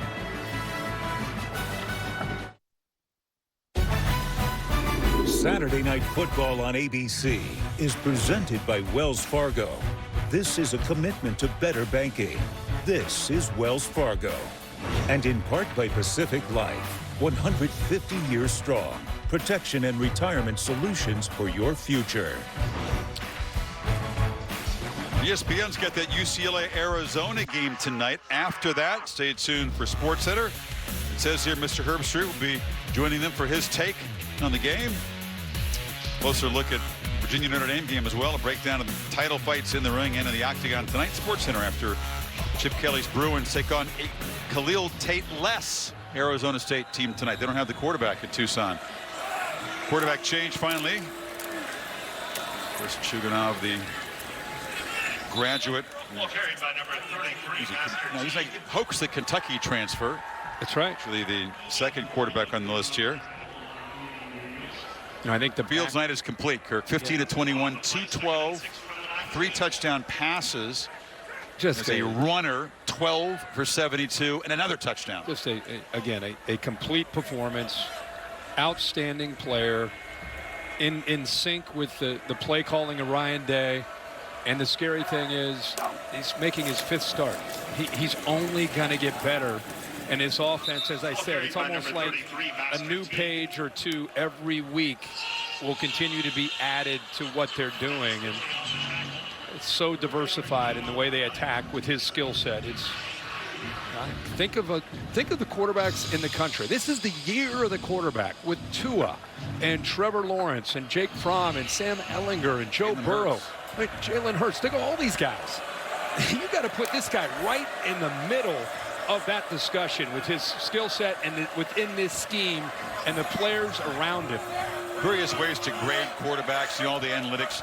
Fields was second only to Joe Burrow, by the way, Buckeye, in that rating coming into this game, and it's hard to see that go down after this performance tonight. They do pick up the first down. I'm just sitting here in my mind going over Ohio State teams. They've had some great teams going back to Jim Tressel and Urban Meyer, and I'm thinking, I don't know in the first 5 weeks if I'd seen a more complete Ohio State team since maybe going back to Troy Smith's last year in 06. You know, they ended up losing to Florida in the national championship that year. But as far as the way they looked almost the entire year, that 06 team was a dominant team. And this team's as good of Ohio State team as I've seen in years. And still, as you know, haven't been tested, haven't had that real adversity. But you're talking about just talking about execution, the way they look. I'm not saying they may not lose down the road or they're not going to get tested. I'm just saying the way they've executed and looked, dominant, complete team. Well, what kind of a test can Michigan State provide next Saturday night here on ABC, 7:30 Eastern Time in the Horseshoe? Well, Michigan State has always a defense.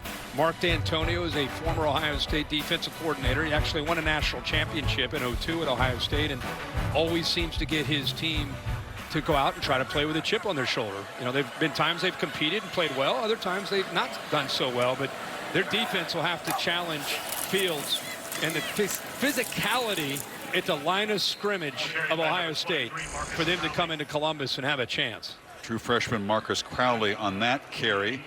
At Northwestern after an off week is the next challenge. That's a Friday night game, and then the big showdown in the Horseshoe against Wisconsin. Everybody talked about this game being, what about Purdue last year and Iowa 2 years ago? This is Nebraska. You're coming into Lincoln. If there's a game like that this year for Ohio State, it's at Northwestern. Sandwiched between Michigan State and Wisconsin. It wasn't a trip to Lincoln with this much hype and this much buildup. That's not where you sleepwalk into a game. It's a trip into Evanston where you sleepwalk potentially into a game. Another first down carry for Crowley. Dave told me last night he just stays up at night worrying about how his team will handle success and adulation. They've been patted on the back plenty the first 4 games. Now that comes up a notch after this performance, and he really, much like Urban Meyer, worries a lot about that. And that was Urban Meyer's strength. The psychology, the warfare of dealing with a team, the ebb and flow of the emotions. What fans don't realize is these players don't play like this every Saturday. You're going to have your B- game one game because it's impossible to play at a certain level every single week. Why not? Marcus Crowley, the freshman, just takes off and makes big explosive play down near the 20. So to me, this team has had a collective edge since Urban Meyer left and even Dwayne Haskins left. They felt disrespected when Michigan was picked in the preseason, and that's a good thing. They really look at that stuff. Is that really a major? When you're a head coach, you use that. Sure. We've dominated that team all these years, and they're picking. You use whatever you can to get an edge, to get a chip on your shoulder. Now, everybody's going to be telling them, man, you guys, you're the best team in the country. They're going to have to block that out, keep that nastiness and that edge if they're going to do what they ultimately want to do at the end of the year. And Dave really believes that is a tough thing with the modern athlete, the young athlete who's so inundated with input and information. Ford wrap-up show. Cassidy Hubbard after this game. Minutes 10 and counting until tequila time. What are you talking about? And our nightcap recap. I want to hear your thoughts on the day. And the good thing is 48-7, we've gotten some of our thoughts out already. We have, but we'll have plenty more. They'll be formatted differently later on, so I invite you to join us.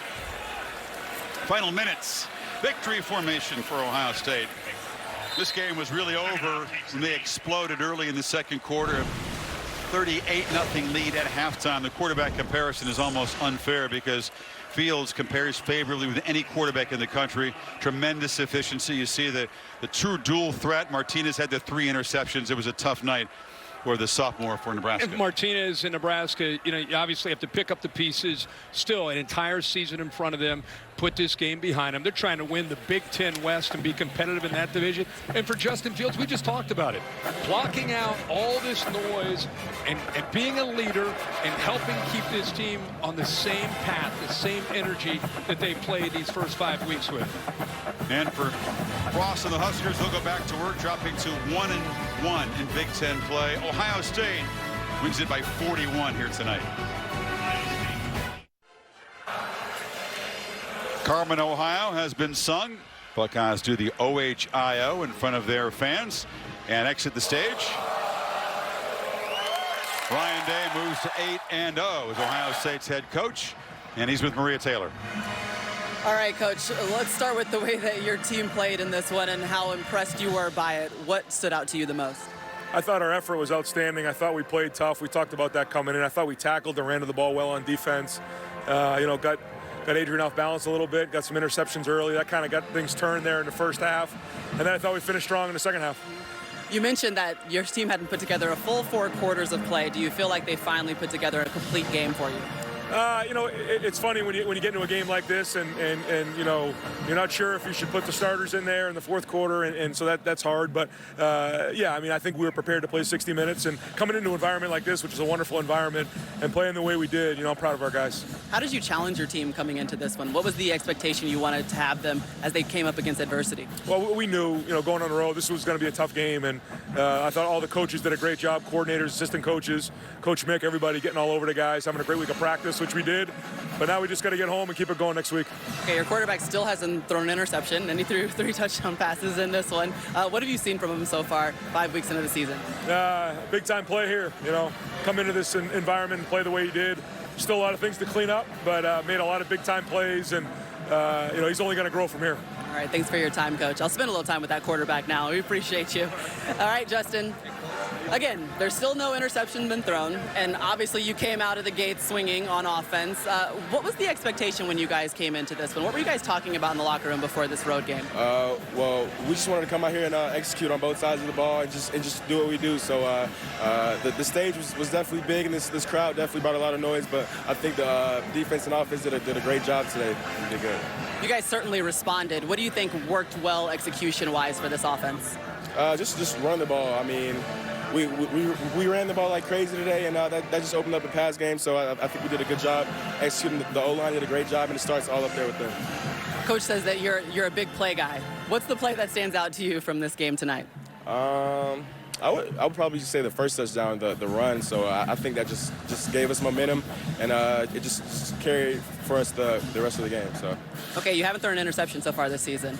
How long is the expectation to make sure that stays in the books, that 0 stays in the INT column? I'm trying to make it for the rest of my life, so it's very unlikely to happen, but I'm definitely going to try to not throw a pick the rest of my time I play football, so yeah. Okay, how does a good game like this help you guys moving forward against Michigan State? Well, we have to just get in the film room tomorrow, see what we did good on, and see what we made mistakes on, and just continue to get better and get ready for next week. All right, thanks for your time, Justin. Congrats. Maria, thank you. Quarterback takes his cue from the coach. All business. They kept doing what they've been doing. He put it pretty well. Ohio State 48-7. They roll towards a home-down matchup against Michigan State next Saturday night. Let's take a peek ahead. Wrap things up from Lincoln right after this.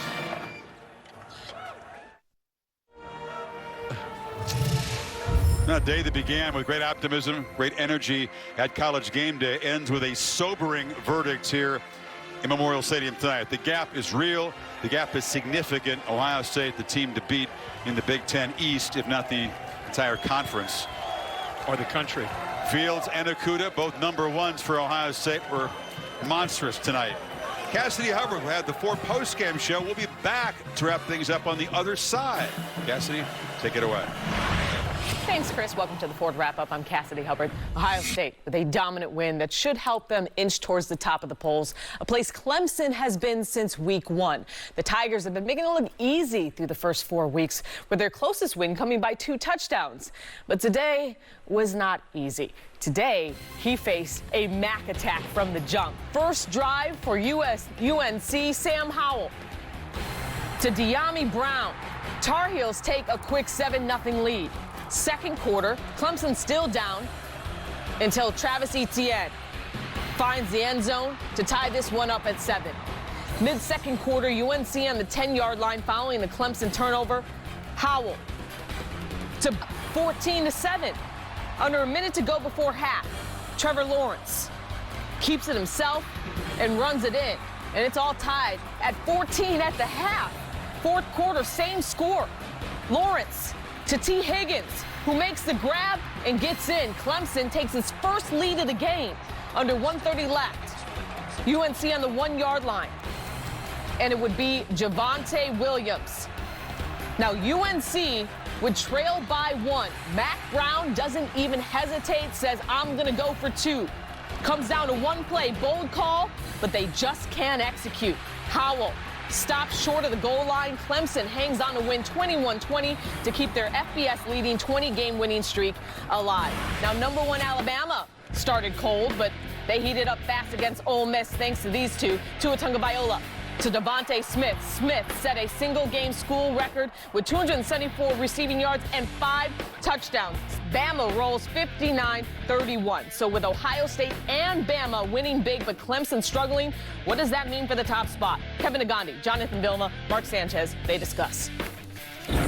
Cassidy, thank you so much. We've been waiting for that breakout game from Clemson. We didn't get it today. We saw them basically survive. #1 team in the country. You saw Alabama roll. We saw Oklahoma roll. Georgia and LSU on bye weeks. We saw Ohio State dominate.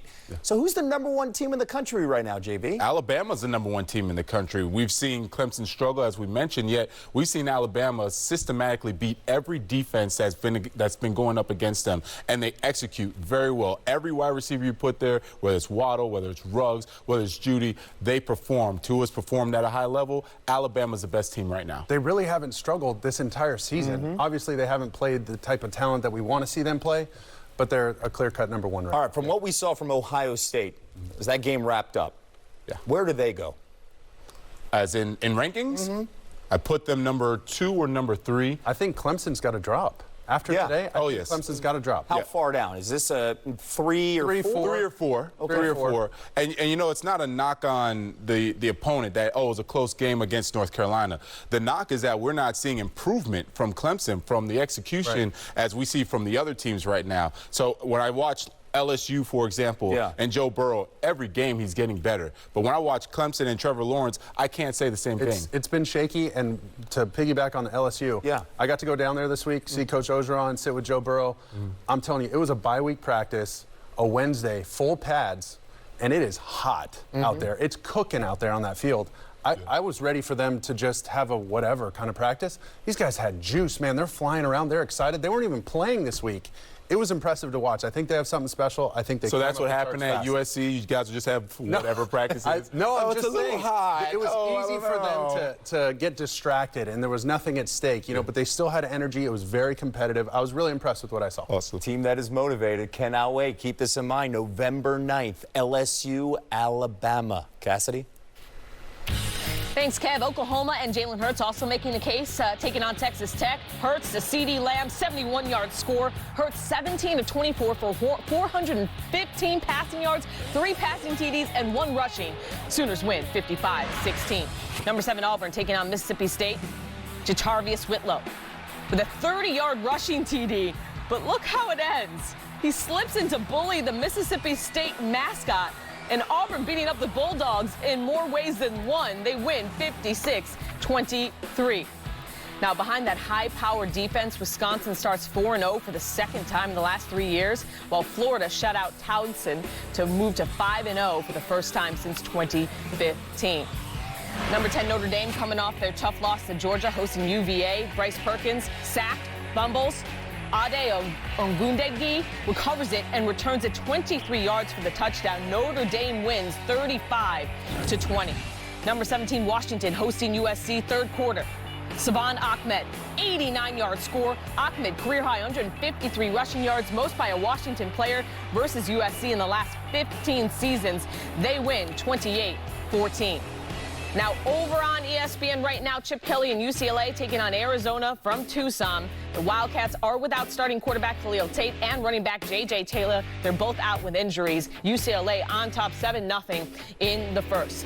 Chris and Herbie will be back after the break to wrap up the day. Meanwhile, you've been watching the Ford Wrap-Up, sponsored by the 2019 Ford Expedition Stealth Edition.